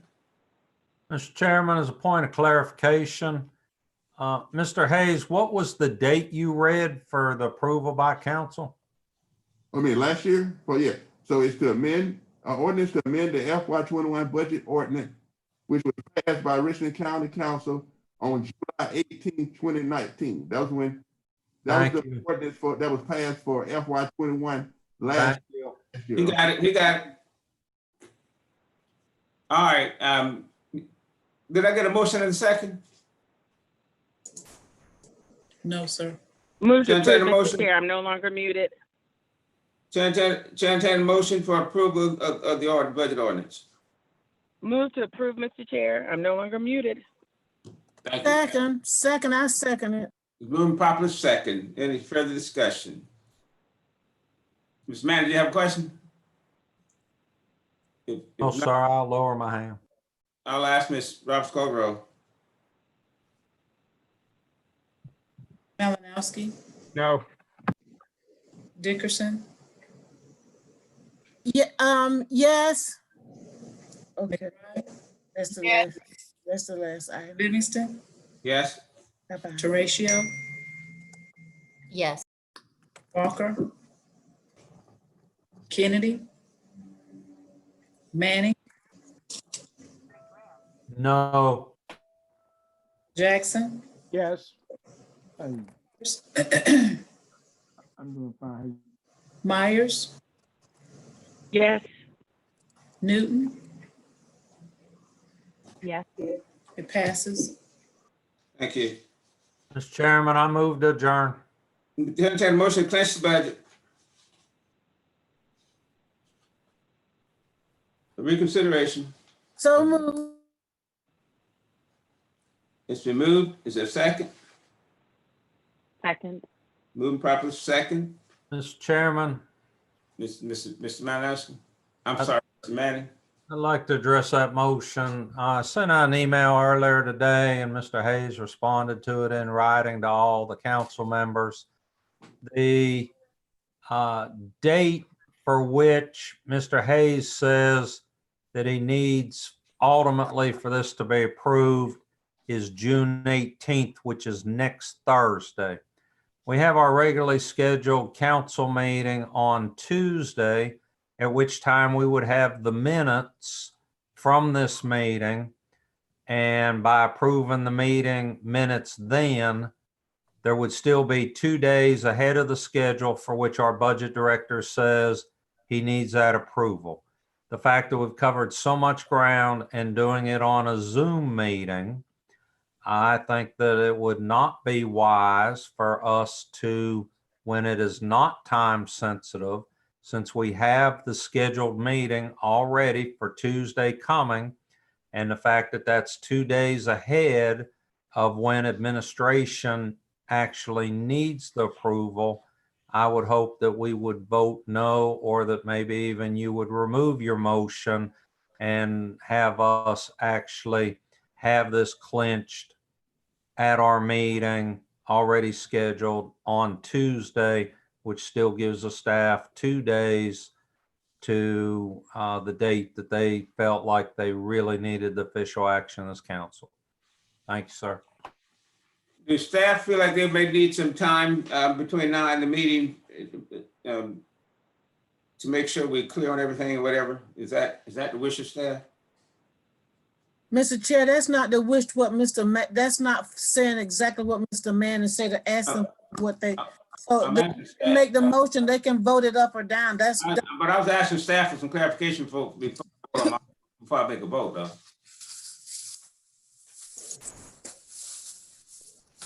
Mr. Chair, Yes. from the standpoint of the clerk's office, it'd be almost impossible to turn the minutes around from tonight's meeting and have them ready for Tuesday's meeting, especially since the agenda is supposed to go out tomorrow.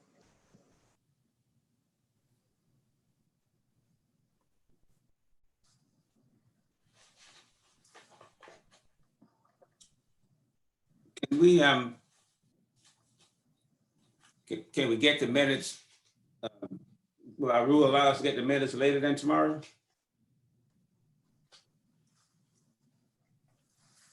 I would think so, Mr. Chairman. Nobody else answering. Parliamentarian, I don't know where they are, but I believe it's the agenda that needs to be posted, not all the attachments, and the minutes would actually be an attachment. I'm parliamentarian's here. Is there a question for the parliamentarian? Yes, the question was the minutes may not be ready by Tuesday. And I need to know whether or not the minutes, it's okay for the minutes to go out after the agenda, because the agenda has to go out tomorrow. Yes, minutes can go out anytime you want. What was that again?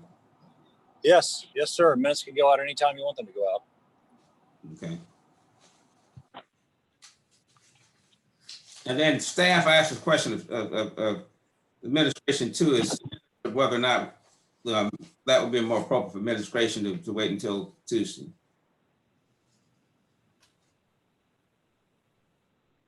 Administration. Mr. Brown. Mr. Chair. Mr. Hayes, somebody.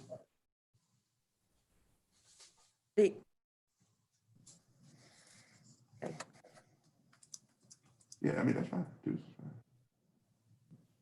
I'm just get some clarification before we vote on this item. Yeah, Well, Mr. Chair, just remove my motion. Y'all just do what you want to, okay? And I'll follow suit. All right. The motion withdrawn, and I withdraw the second. I think I made a second. So motion no longer before us. I move to adjourn. Mr. Just quick, if I accept the motion to adjourn, Mr. Hayes, are we through for our agenda? That's all I have, sir. Thank you. If that's the case, since Ms. withdrew her motion, and there's no motion before us, I'll accept Mr. Manning's motion for adjournment. Is there a second? Second. Moving properly second. Ms. Roberts, please call the roll for adjournment. Malinowski. Yes. Dickerson. McBride. Yes. Livingston. Yes. Teratio. Yes. Walker. Kennedy. Manning. Yes. Jackson. Yes.